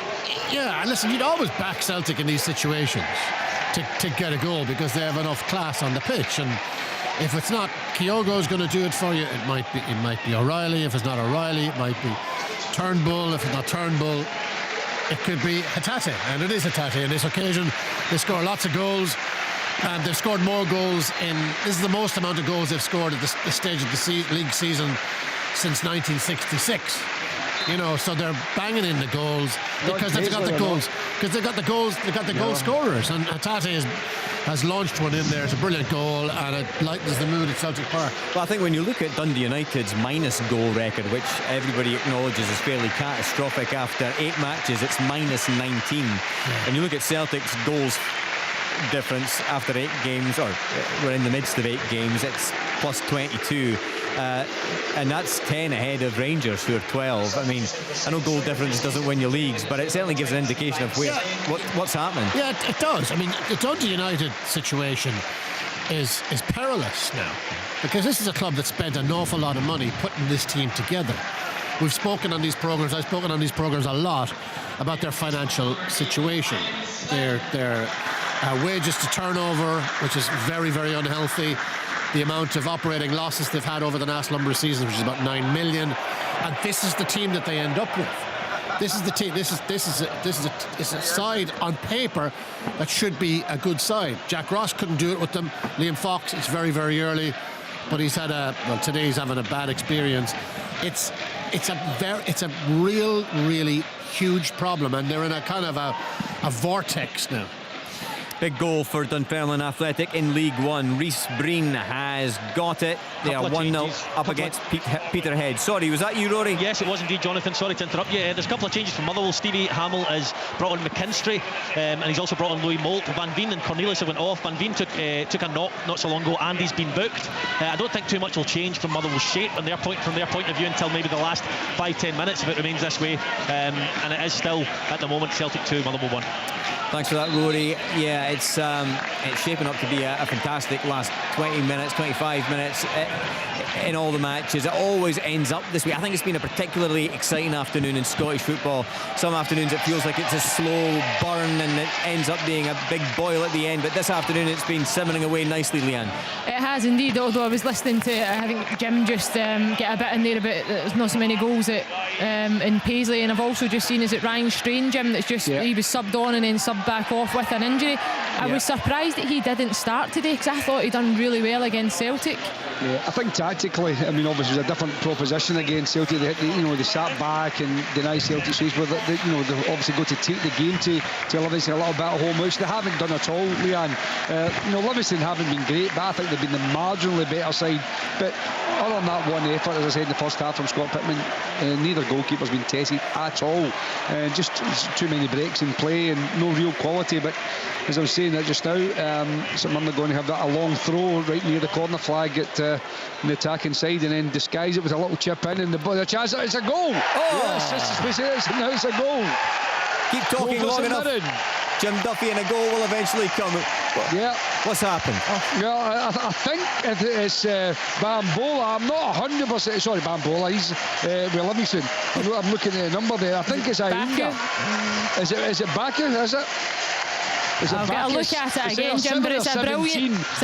As you know, it's in Mirren. It's hard sometimes with the strips and that. Yeah, I think it's Bacchus. It was a disguised throw. It looked as if they were going to take a long throw, and so did Livingston. So they get everyone back in the box. He took it short, put a little dink into the box, and he made a late run with it. Yeah, it is Baku, and it's a lovely header, glancing header. It's really the first opportunity that St Mirren have had in the whole game. Not even a half a shot or anything like that. And the first chance I've had to look at the goal they've scored. Livingston will be devastated, but a fantastic goal from St Mirren's point of view and push him in pole position to go third in the league. It's a nice delivery from Flynn as well, who's just come on and replaced Strain. Jim just clips it into that dangerous area, doesn't he? Gives Baku something to go and attack. Yeah, it's a lovely ball, but as I say, it's all about the fact is that Livingston thought this is going to be a long throw, and that's what happened. They just switched off, a split second lapse of concentration, and St Mirren took full advantage of it. Great moment for Kenan Bacchus, who came off the bench for Australia as they beat New Zealand 2-0. Jason Cummings, of course, on the score sheet with 10 minutes, and he could be going to the World Cup. Jason Cummings, incredible story. Celtic are after another penalty here, as they think it's an arm which goes up. His arm certainly didn't go up. It was Ricky Lammy's. Went to play in the box. I think it was Leila Bada. His arm went up. Every fan in the stadium stood up. Ange Postecoglou's arms went up. Don't know if you got another look at it, Leanne. No, I've not, just because the ball's still in play just now, Rory, but you're right, did look as if his arm came up, just he kind of turns sideways as the ball comes in. Might get a better look at it now. Livingston going to make a couple of changes as well. Bruce Anderson's going to come on, so obviously David Martindale trying to get a little bit more firepower up front, I think, and Kelly as well, Stephen Kelly, he's going to come on as well. I think one arm comes out, Rory, I'll see it again, but his right arm comes out, which effectively would be in the unnatural position, but I actually think where it hits Lammy, it's his left arm on the shoulder, but I'll get a better look if it replays. We haven't heard from Chick Young down the coast at Somerset Park for a little while. Chick, last we heard it was Inverness Cali Thistle 1-0 in front. Is that still the situation?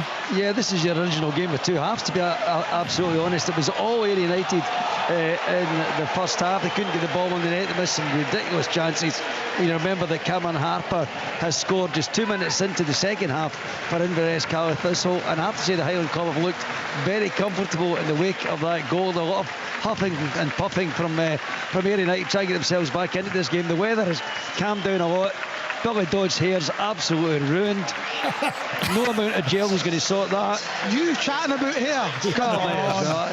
Talk about a man that used to brush his hair with a toffee apple. I talk about the rain, but I love the sunshine, as you know. So of course, we talk about hair as well, because I don't have any. Anyway, it's ruined, but his Dodge's hair's ruined, and he'll be very happy with the scoreline at the moment. 1-0 to his team. Quick update from down south, and what a comeback from Jurgen Klopp's Liverpool. They are now 3-2 in front against Brighton, and Adam Webster own goal. Roberto Firmino had got the two previous goals for the Reds there as they limber up for Rangers on Tuesday night in the Champions League at Anfield. Yeah, it really is. Kyogo was through there. It was a great ball by Turnbull. I have no idea what happened to the two centre-backs at Motherwell. They were sliced open far too easily. It was pretty much a straight ball through to Kyogo. Liam Kelly does really well. He reads the danger, comes out. Kyogo tries to skip by him, but he gets a good hand to it, and Motherwell survive that scare. Yeah, I think they've got their eye on Hitati, who makes a good run from the middle of the pitch as well, Rory. I think it was Hitati just off to the left, which probably puts just a seed of doubt in the defenders in that Motherwell backline. I just get another look at that penalty shout. It's definitely one to look at tonight. I think on Sports Scene, I only seen it from a kind of awkward angle, but it looks like it might have flicked off the hand of Ricky Lammy. So hopefully the guys tonight will get a better look at that one. Do you know what that came from, Leanne? A lot of talk about Callum McGregor and the amount of games he's playing. Yeah. Paul McGinn put a ball into the box. Callum McGregor sprinted 70 yards up the pitch, carried it for about 40 of it, played the ball, ended up getting a throw in. He took a quick throw in, and that's how it all came about. He certainly doesn't look like he's playing too many games. His energy levels are relentless, aren't they? Leanne, I don't know if it's shown you, but I'm sure Bambula had picked up a yellow card just a few minutes ago. It just looked to me as if a deliberate trip on Permiser, and the referee I think's let him away, but I don't know if you can see it, but to me it looks as if he's very fortunate not to get a second yellow card. I think it's Baku, Jim. Oh, is it again? Yeah, it is. Yeah, I think it's a different player that's made the foul. Great save there from Mark Ridgers. Free kick to Ayr United. Patrick Redding, you've got to get it, surely get it along the deck in conditionless and get the skid in the ball, but he got it over the wall and it took a deflection and a magnificent save. He had to change his footing, Ridgers, and readjust, got across to his right hand side and clutched the ball out of the air. Still 1-0 to Inverness. I don't want to do the kiss of death for St Mirren, but up to third in the league as it stands. With a defensive record, that's really quite something. I mean, there's a lot of people talking about this. On course for another clean sheet again today, Jim. This is quite a clean sheet against Celtic, obviously, in the brilliant win that they had. This is a very well organised team now. No, you're right, Tom. I don't know if Jim's dropped off there, maybe concentrating on the changes that are being made. But it's absolutely they're taking Bacchus off at St Mirren now, so I think obviously maybe that's the case. If just a wee bit wary in case he picks up a card. Yeah, but the foundations defensively, Tom, if you can build that, you always give yourself a chance to win football matches. And over the last number of weeks, St Mirren have found those opportunities going forward. They've showed patience. At times I've watched them where they've maybe started games really quickly and they've got their just rewards, but there's other matches where they've had to just stay in the game, keep plugging away, keep doing the same things, and eventually they get the breakthrough like they have done today. I mean, only Celtic and Hibs have conceded fewer goals in the league. It's really impressive. That's the solidity that they have, and they've got got some goal scorers in the team. It's a lovely start to the season for St Mirren. Really impressive. I think, to be fair to Stephen Robinson as well, I mean, when he made his subs, he went to a back four. He started with a back three but went with a back four, and obviously that just gave him a little bit more freedom to go and show a few players forward. But again, great chat. Was a penalty and a red card, I think. It's going to be a penalty and a red card for St Mirren. A red card and a penalty for Livingston. I think it was Bruce Anderson in the shot. I'm not sure who's lying. It's not Declan Gallagher. I'm not 100% sure. So it was a diving save by a defender. Yes, a diving save by a defender, and he's obviously trying to disguise it as if it didn't hit him in the hand. Trying to protect that clean sheet that we're speaking about. That's the kiss of death. I said I don't want to give them the kiss of death, but I've given them the apologies to St Mirren fans. I've very firmly given them the kiss of death. I think it's John Ayunga. I think he must have been back to evade the corner. Is that right? I can't see properly, Jim. That is absolutely brilliant. Tiffany, it's mesmerising. He's two players, he faces them up, he gets past him with these, gets past another. I don't know how he done it, but he's clipped it at such an acute angle over the keeper into the net. It's another brilliant goal. That's Partick Thistle 4-1 up against Morton. There's Aunga as well as he sent off brilliant. And a penalty, and it's going to be Sean Kelly with the penalty, which is a little bit unusual with all the amount of strikers have got on, but anyway, the left centre back's going to take it's the a penalty. funny one, Jim, because actually the angle in the camera that we're seeing it looks like he's headed it, because clearly the referee's seen it, must have come off his hand. No, and that's what I was going to say. But it looks, the angle, it's very tricky to see the handball. Oh, he's ballooned it over the bar. Sean Kelly, not even close. I mean, you're talking one of the worst penalties you'll see all season. Where's the goal? It's for Hibs, Jonathan, up in Dingwall, and it's Martin Boyle. Ball from the right hand side from Tiscadden, evades a couple of the Ross County defenders, falls lovely to Martin Boyle on his right foot, and he puts it between the goalkeeper's legs. And in all honesty, Hibs have been excellent in this second half. It's no more than they deserve. They could easily have been 3-4 up in this second half. The best I've seen them by far all season, and I think that puts this one to bed, because Ross County have offered nothing in this second half. It's Ross County 0, Hibs 2. What a save. Canadice, Alan Preston. Dundee United have got a chance. It's whipped in, and it's Tony Watt goes to the near post. But it's a brilliant save by Remy Matthews, diving his left hand side, turning it away for a corner. A bit of 2-0. A bit of argy-bargy at Pataudry, Willie. A little bit, yeah. I think it was it Johnny Hayes or was it Ramadani? Johnny Hayes getting himself involved. It's a free kick to Kilmarnock, but there was a little bit of a reaction there from the Kilmarnock player and Johnny Hayes. Can't see who is over the far side of the pitch just now, and the referee pulling the two players together and having a word with them. Yeah, it's Dan Armstrong, I think it is, Willie. Yeah, and how bad's the penalty? Shocking. Really bad. You look at all the front players that they've got on their team. They've got Newbley, they've got Anderson, they've got so many strikers on the pitch, and as I say, the left centre back takes it. Even Obalai, I'm sure, is he's hit missed penalties. I think perhaps he's been taken off them. I just think that, for me, the strikers should be really ashamed of themselves if they can't think they can get a free shot from 12 goals and score a goal. It would have been an impressive conversion in rugby. not so much a good penalty in football. Saved your Twitter feed from being inundated by St Mirren fans here, Tom. yeah. I haven't. I kind of not. Was it a kiss of death or not? Because it was, I think. But then they missed the penalty. So where? Oh, I see. So it's 0-0 now. Yeah. In terms of you and the St Mirren fans, you're all right. Jonathan, I'll just jump in just now and tell you a change for Hibs. Kyle McGuinness has come on for them, so important to note that. Just over a year he's been out. The lad showing signs of being a terrific player, so great to see him coming back on the pitch for Hibs. That'll be a real boost for them. That's fantastic. Really turning into an excellent day for Hibernian in the Highlands, spearheaded by Ryan Porteous, the man of the moment, who got the first goal in that match for Hibernian this afternoon, as he continues his meteoric rise that it's been these past 6 or 7 days. And where will he end up? He's obviously into the last year of his contract at Hibernian. Elsewhere down the division, Stranraer now 2-1 up against Albion Rovers.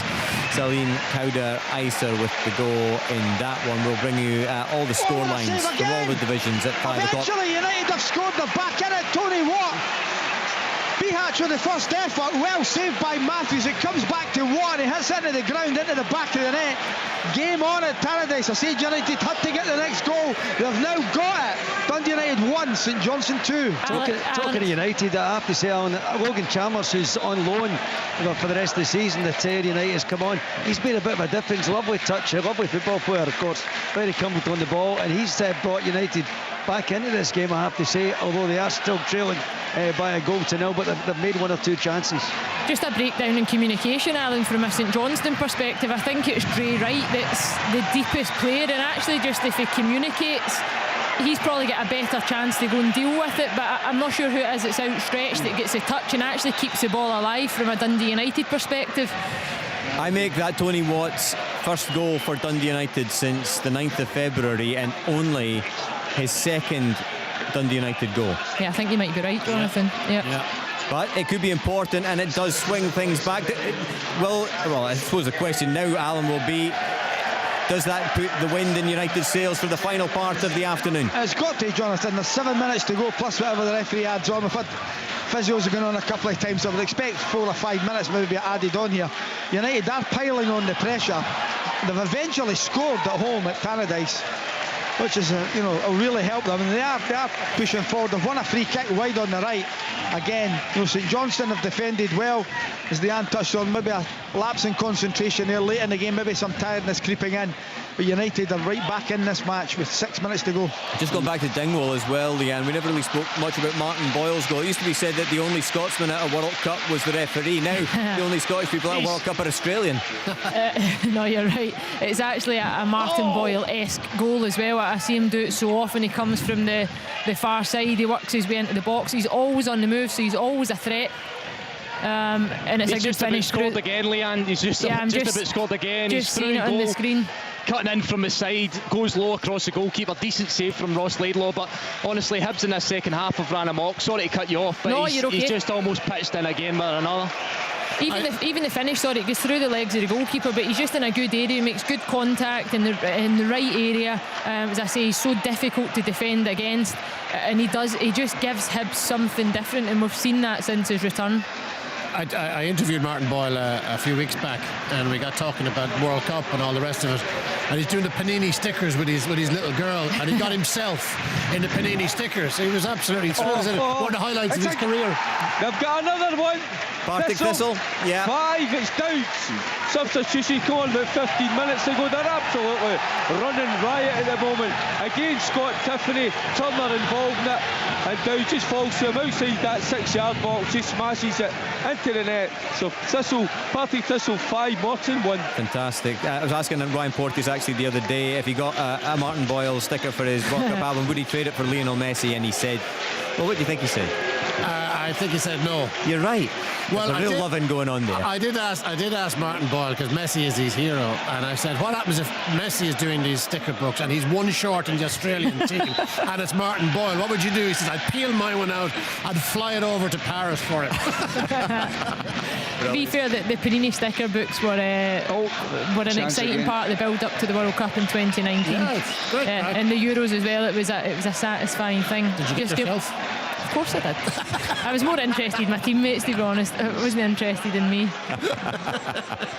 Livingston made another change there with Andrew Shinnie coming on, so they've got so many attacking players on the pitch. They're almost playing like a 2-4-4, and really just going for it now with St Mirren down to 10 men. But so far they haven't been able to test Trevor Carson and the St Mirren goal. Still 1-0 St Mirren. Let's get a quick rundown of the scores in the Cinch Premiership. Earlier it was Hearts 0, Rangers 4. Currently, with about 5-6 minutes left to play, Aberdeen 4-1 up against Kilmarnock at Pittodrie. Celtic 2-1 up against Motherwell. Dundee United trail St Johnstone by 2-1 at Tannadice. Up in Dingwall, Ross County trail Hibs 2-0, and St Mirren are 1-0 up against Livingston in Paisley. In terms of the Championship, Inverness Cally Thistle 1-0 up away at Ayr United. Hamilton Accies 1-0 down at home to Dundee. Partick Thistle, as we heard from Derek, 5-1 up against Morton. Queen's Park 1-0 up against Wraith Rovers. Cove Rangers 2-0 up against Arbroath. Let's just dip into League One while we've got time. Dunfermline now 2-0 ahead against Peterhead. Falkirk 2-0 ahead against Clyde. Kelty Hearts 0, Airdrieonians 0, Montrose 1, FC Edinburgh 1, Queen of the South 1, Alloa 0. And into League Two, Bonnyrigg Rose 2, Stenhousemuir 3, East Fife 1, Stirling Albion 2, Elgin City 3, Annan Athletic 1, Forfar 0, Dumbarton 0, Stranraer 2, Albion Rovers 1. As we enter into the closing stages of all of these matches, let's go to Celtic Park. Celtic 2-1 in front against Motherwell, and it's Rory Loy. Yes, indeed, Jonathan. Normally at this stage of the game, if you're 2-1 down, you often say to yourself, well, we will get more and more chance. You just need to take it. That's not always the case when you're at Celtic Park. They're getting quite a lot of free kicks, Motherwell. Celtic trying to press on the back of that, but they're going to need to take their chance if it comes along. Motherwell could perform pretty well today in the main. Goal for Livingston. Goal for Livingston, Jim Duffy. Yeah, I mean, fantastic play by Joe Newbley in the wide area, 1v1. We know he normally favours his right foot, but he went to the byline, put a fantastic cross in, and there was a substitute, Bruce Anderson, exactly what you expected me, right in the middle of the goal, 6-yard line, 3-header, bang, 1-1 here at St Mirren. This is the bit where Davy Martindale's post-match interview goes on about wee Brucey, isn't it, and the goal threat that he carries. It's a great finish. It's a red card. It's a red card for Callum McGregor at Celtic Park, and it's his teammate Hattati that puts him in trouble. It's a short pass back across the pitch to Stephen Welsh. Motherwell player nips in to get it, and the red card is given to Callum McGregor for pulling him back as he hands over the armband to Joe Hart. Big decision, Rory, because there's actually a recovering defender as well. Did look that way, yeah. Although Callum McGregor, I mean, he's not protesting it too much, but it's a square pass. I just wonder if he maybe thinks, I suppose he could hit he could actually hit it first time. The shot early, but he could hit the shot early because Hart's in no man's land, so way off his line. It probably is the right decision. It's a highly contentious one. They'll be poring over that. Yeah, no, they will, because there is a recovering defender. The pass is an absolute nightmare, and I think that's where the fury from Callum McGregor will come. You know, his teammates put him in that position, but it could very well be a really important challenge that he's made, because it's now a free kick, a fair distance out. Yeah. And it's gone from being a probably good goal scoring opportunity for Motherwell. Yeah, potentially. It's going to come into the box. Liam Kelly's up on the halfway line now. It's going to be delivered in by the substitute Joshua Morris. Oh, he's went for goal. That's ridiculous. What a waste of an opportunity. And talking about conversions, Tom, we've got another one here at Celtic Park. That's a ridiculous decision from the substitute. You've got to know what's in your locker at times. Yeah, I mean, I don't know what he's thinking there. They've got everybody up the pitch. But you've got an overload. I think he's not thinking, Rory. Yeah, that's just it, Tom, which is unforgivable at this point in the game. I mean, Motherwell were 6-0 down here the last time they came by this point, which shows the progress they've now made. But that's a huge opportunity to get the ball into the box. And to be fair, Cameron Carter-Vickers has been a huge miss. Celtic are winning the game. Welsh and Maurice Jens have looked a little bit shaky at times. Molt and Van Veen, when he's on, has caused them bother. But like I said, they've got to take that opportunity, put it into the box, try and cause some trouble, and nick an equaliser, and he balloons it over the bar. St Mirren have a free kick just about 25 yards out, right in the middle of the goal. First time they've been up the pitch since the man sent off. So an opportunity for St Mirren to maybe try and get themselves back in front again.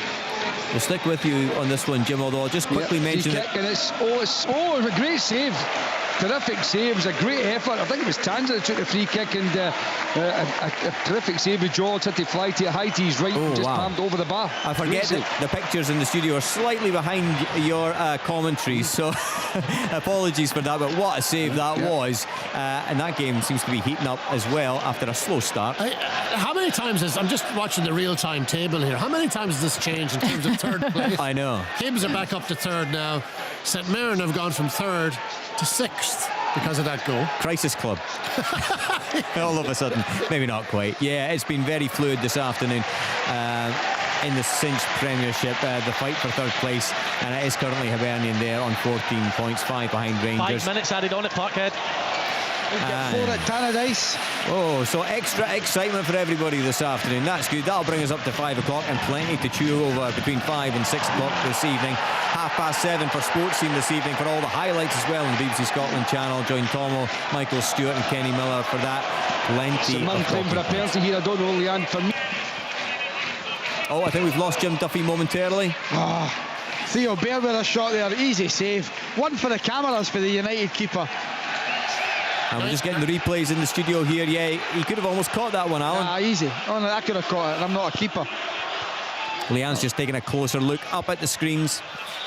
Yeah, it's a hard one to see, actually. His arm. The ball's in the back of the net. Yeah. Paisley, I think we've lost Jim Duffy, and St Mirren have scored. Oh, they have. We'll confirm the goal scorer, but it's a smash and grab, certainly. Yeah, ball comes into the box and it breaks. Jonathan. Double check that table, Tom, because we could have movement again. Let's go to Derek Ferguson. Derek. Full time, Jonathan. Partick Thistle. Absolutely sensational. 5, Morton 1. Thanks, Mitchell, Derek. watch this, Leanne. Mitchell slaps. Oh, it's a penalty. Is it? No, he's not giving it. Ayr United claiming for a penalty kick. That's the last minute of the game.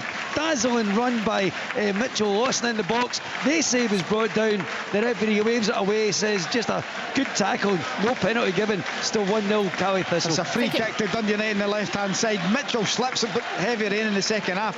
Then he just pulls back the United player as he goes by him. It's given United a free kick. Brilliant area. They've played it back to the edge of the box, and it's over. It's a corner to Dundee United. They're piling on the pressure. Just for clarity, Jonas, it's Alec Grieve that's grabbed that goal for St Mirren, and an all-important one it could be. A huge goal. I was about just a second before that goal went in. I was about to say we've got 19 goals for the day so far. Is there going to be a 20th? And then Grieve pops in, number 20 for the day. So you're the angel of fortune now for St Mirren fans. I am. I absolutely always am, always will be. Full time in Dingwall, Jonathan. Full time in Dingwall. It's finished. Ross County 0, Hibs 2. Stuart Kettlewell, thank you very much indeed. Big win for Hibs. They are currently in third spot in the Premiership. United are piling on the pressure. All the big guys are up. The keeper comes out. Punch is clear. Edwards is up. Graham's up. They're all staying up now. Still 2-1 to St Johnstone. They're hanging on. It really is coming to a pulsating finish in the Cinch Premiership this afternoon. As Tom mentioned, it has been a hugely fluid situation in terms of up and down in terms of the table. Obviously Celtic and Rangers at the top end, but everywhere else, everybody quarrelling over that third place. Well, in the space of 5 minutes, St Mirren have gone from third to sixth and back to third again. They're in third. That's right. They're in third as it stands. You're right. Now. Yeah, back up to third. They were sixth a couple of minutes ago. Full time at Somerset Park, and Inverness County Thistle have won by a goal to 0 after the goal in 47 minutes. It was Harper who scored it. All 3 points heading back up to Inverness. It looks like it's full time, John. Oh, is it not? No, it isn't. Sorry. I thought it was full time at Paisley. In Paisley, I think we've lost Jim Duffy. I think in the excitement of the goal, all the lines went down, or something's happened. Anyway, the crucial bit of information is that St Mirren are 2-1 up against Livingston, and that's what you need to know. Oh, he's missed it. It's a badder. Paul McGinn goes to play a ball into striker. It gets cut out. Celtic run forward. Haksabanovic cuts inside McGinn, who was a bit leggy at that point. Decent enough save by Liam Kelly, but he should hold on to it. It spills out, and Haksabanovic misses the follow-up. Apologies, it wasn't active management, it's a bad, and that is full time, Jonathan. Celtic not at their very best. They do get the job done. A little bit panicky at the back without Carter Vickers, but it is Celtic 2, Motherwell 1, full time. Full time at Paradise. Full time at Pittodrie, 4-1 to the home side. Dundee United have lost by 2-1. St Johnstone take the 3 points. So many stories this afternoon. Emerging back in the ether is Jim Duffy. We've re-established the line at St Mirren. Jim. Yeah, I mean, obviously we said that it started from the free kick, and sorry, just as you say that, Livingston just poured bodies forward and put it in the box. I thought it was another chance there, but see, it came from that save, and then the resulting corner was a scramble, went to another corner, a real goal-mouth scramble, but Alex Grieve just doing what good strikers do, sniffing the situation out. They just bundled into the net from about 4 or 5 yards. St Mirren just trying to hold on now. I think there's about a minute left of the extra time, and as I said, all hands to the pumps for as far as St Mirren are concerned. Livingston just put everybody in the box. Dipping into League One, and it is heading towards a huge result at East End Park, or a dramatic day anyway. Dunfermline Athletic 2, Peterhead 2. Michael Hewitt scoring an equaliser for Peterhead in the 90th minute as Scottish football comes to a dramatic conclusion this afternoon. Stay with us for all the classified results, all the post-match reaction, all the fallout, all the debate from all these matches. And as I say, it's been a scintillating afternoon in the Cinch Premiership and in the Cinch Championship and in League One and in League Two. So much to talk about. We'll bring you all the details as we go on for the next hour or so as things come to a close. We're still playing in Paisley, Jim, yes? Yeah, still playing. I think the referee has obviously added on a little bit because of the goal celebrations and things like that from St Mirren's point of view, which is totally expected.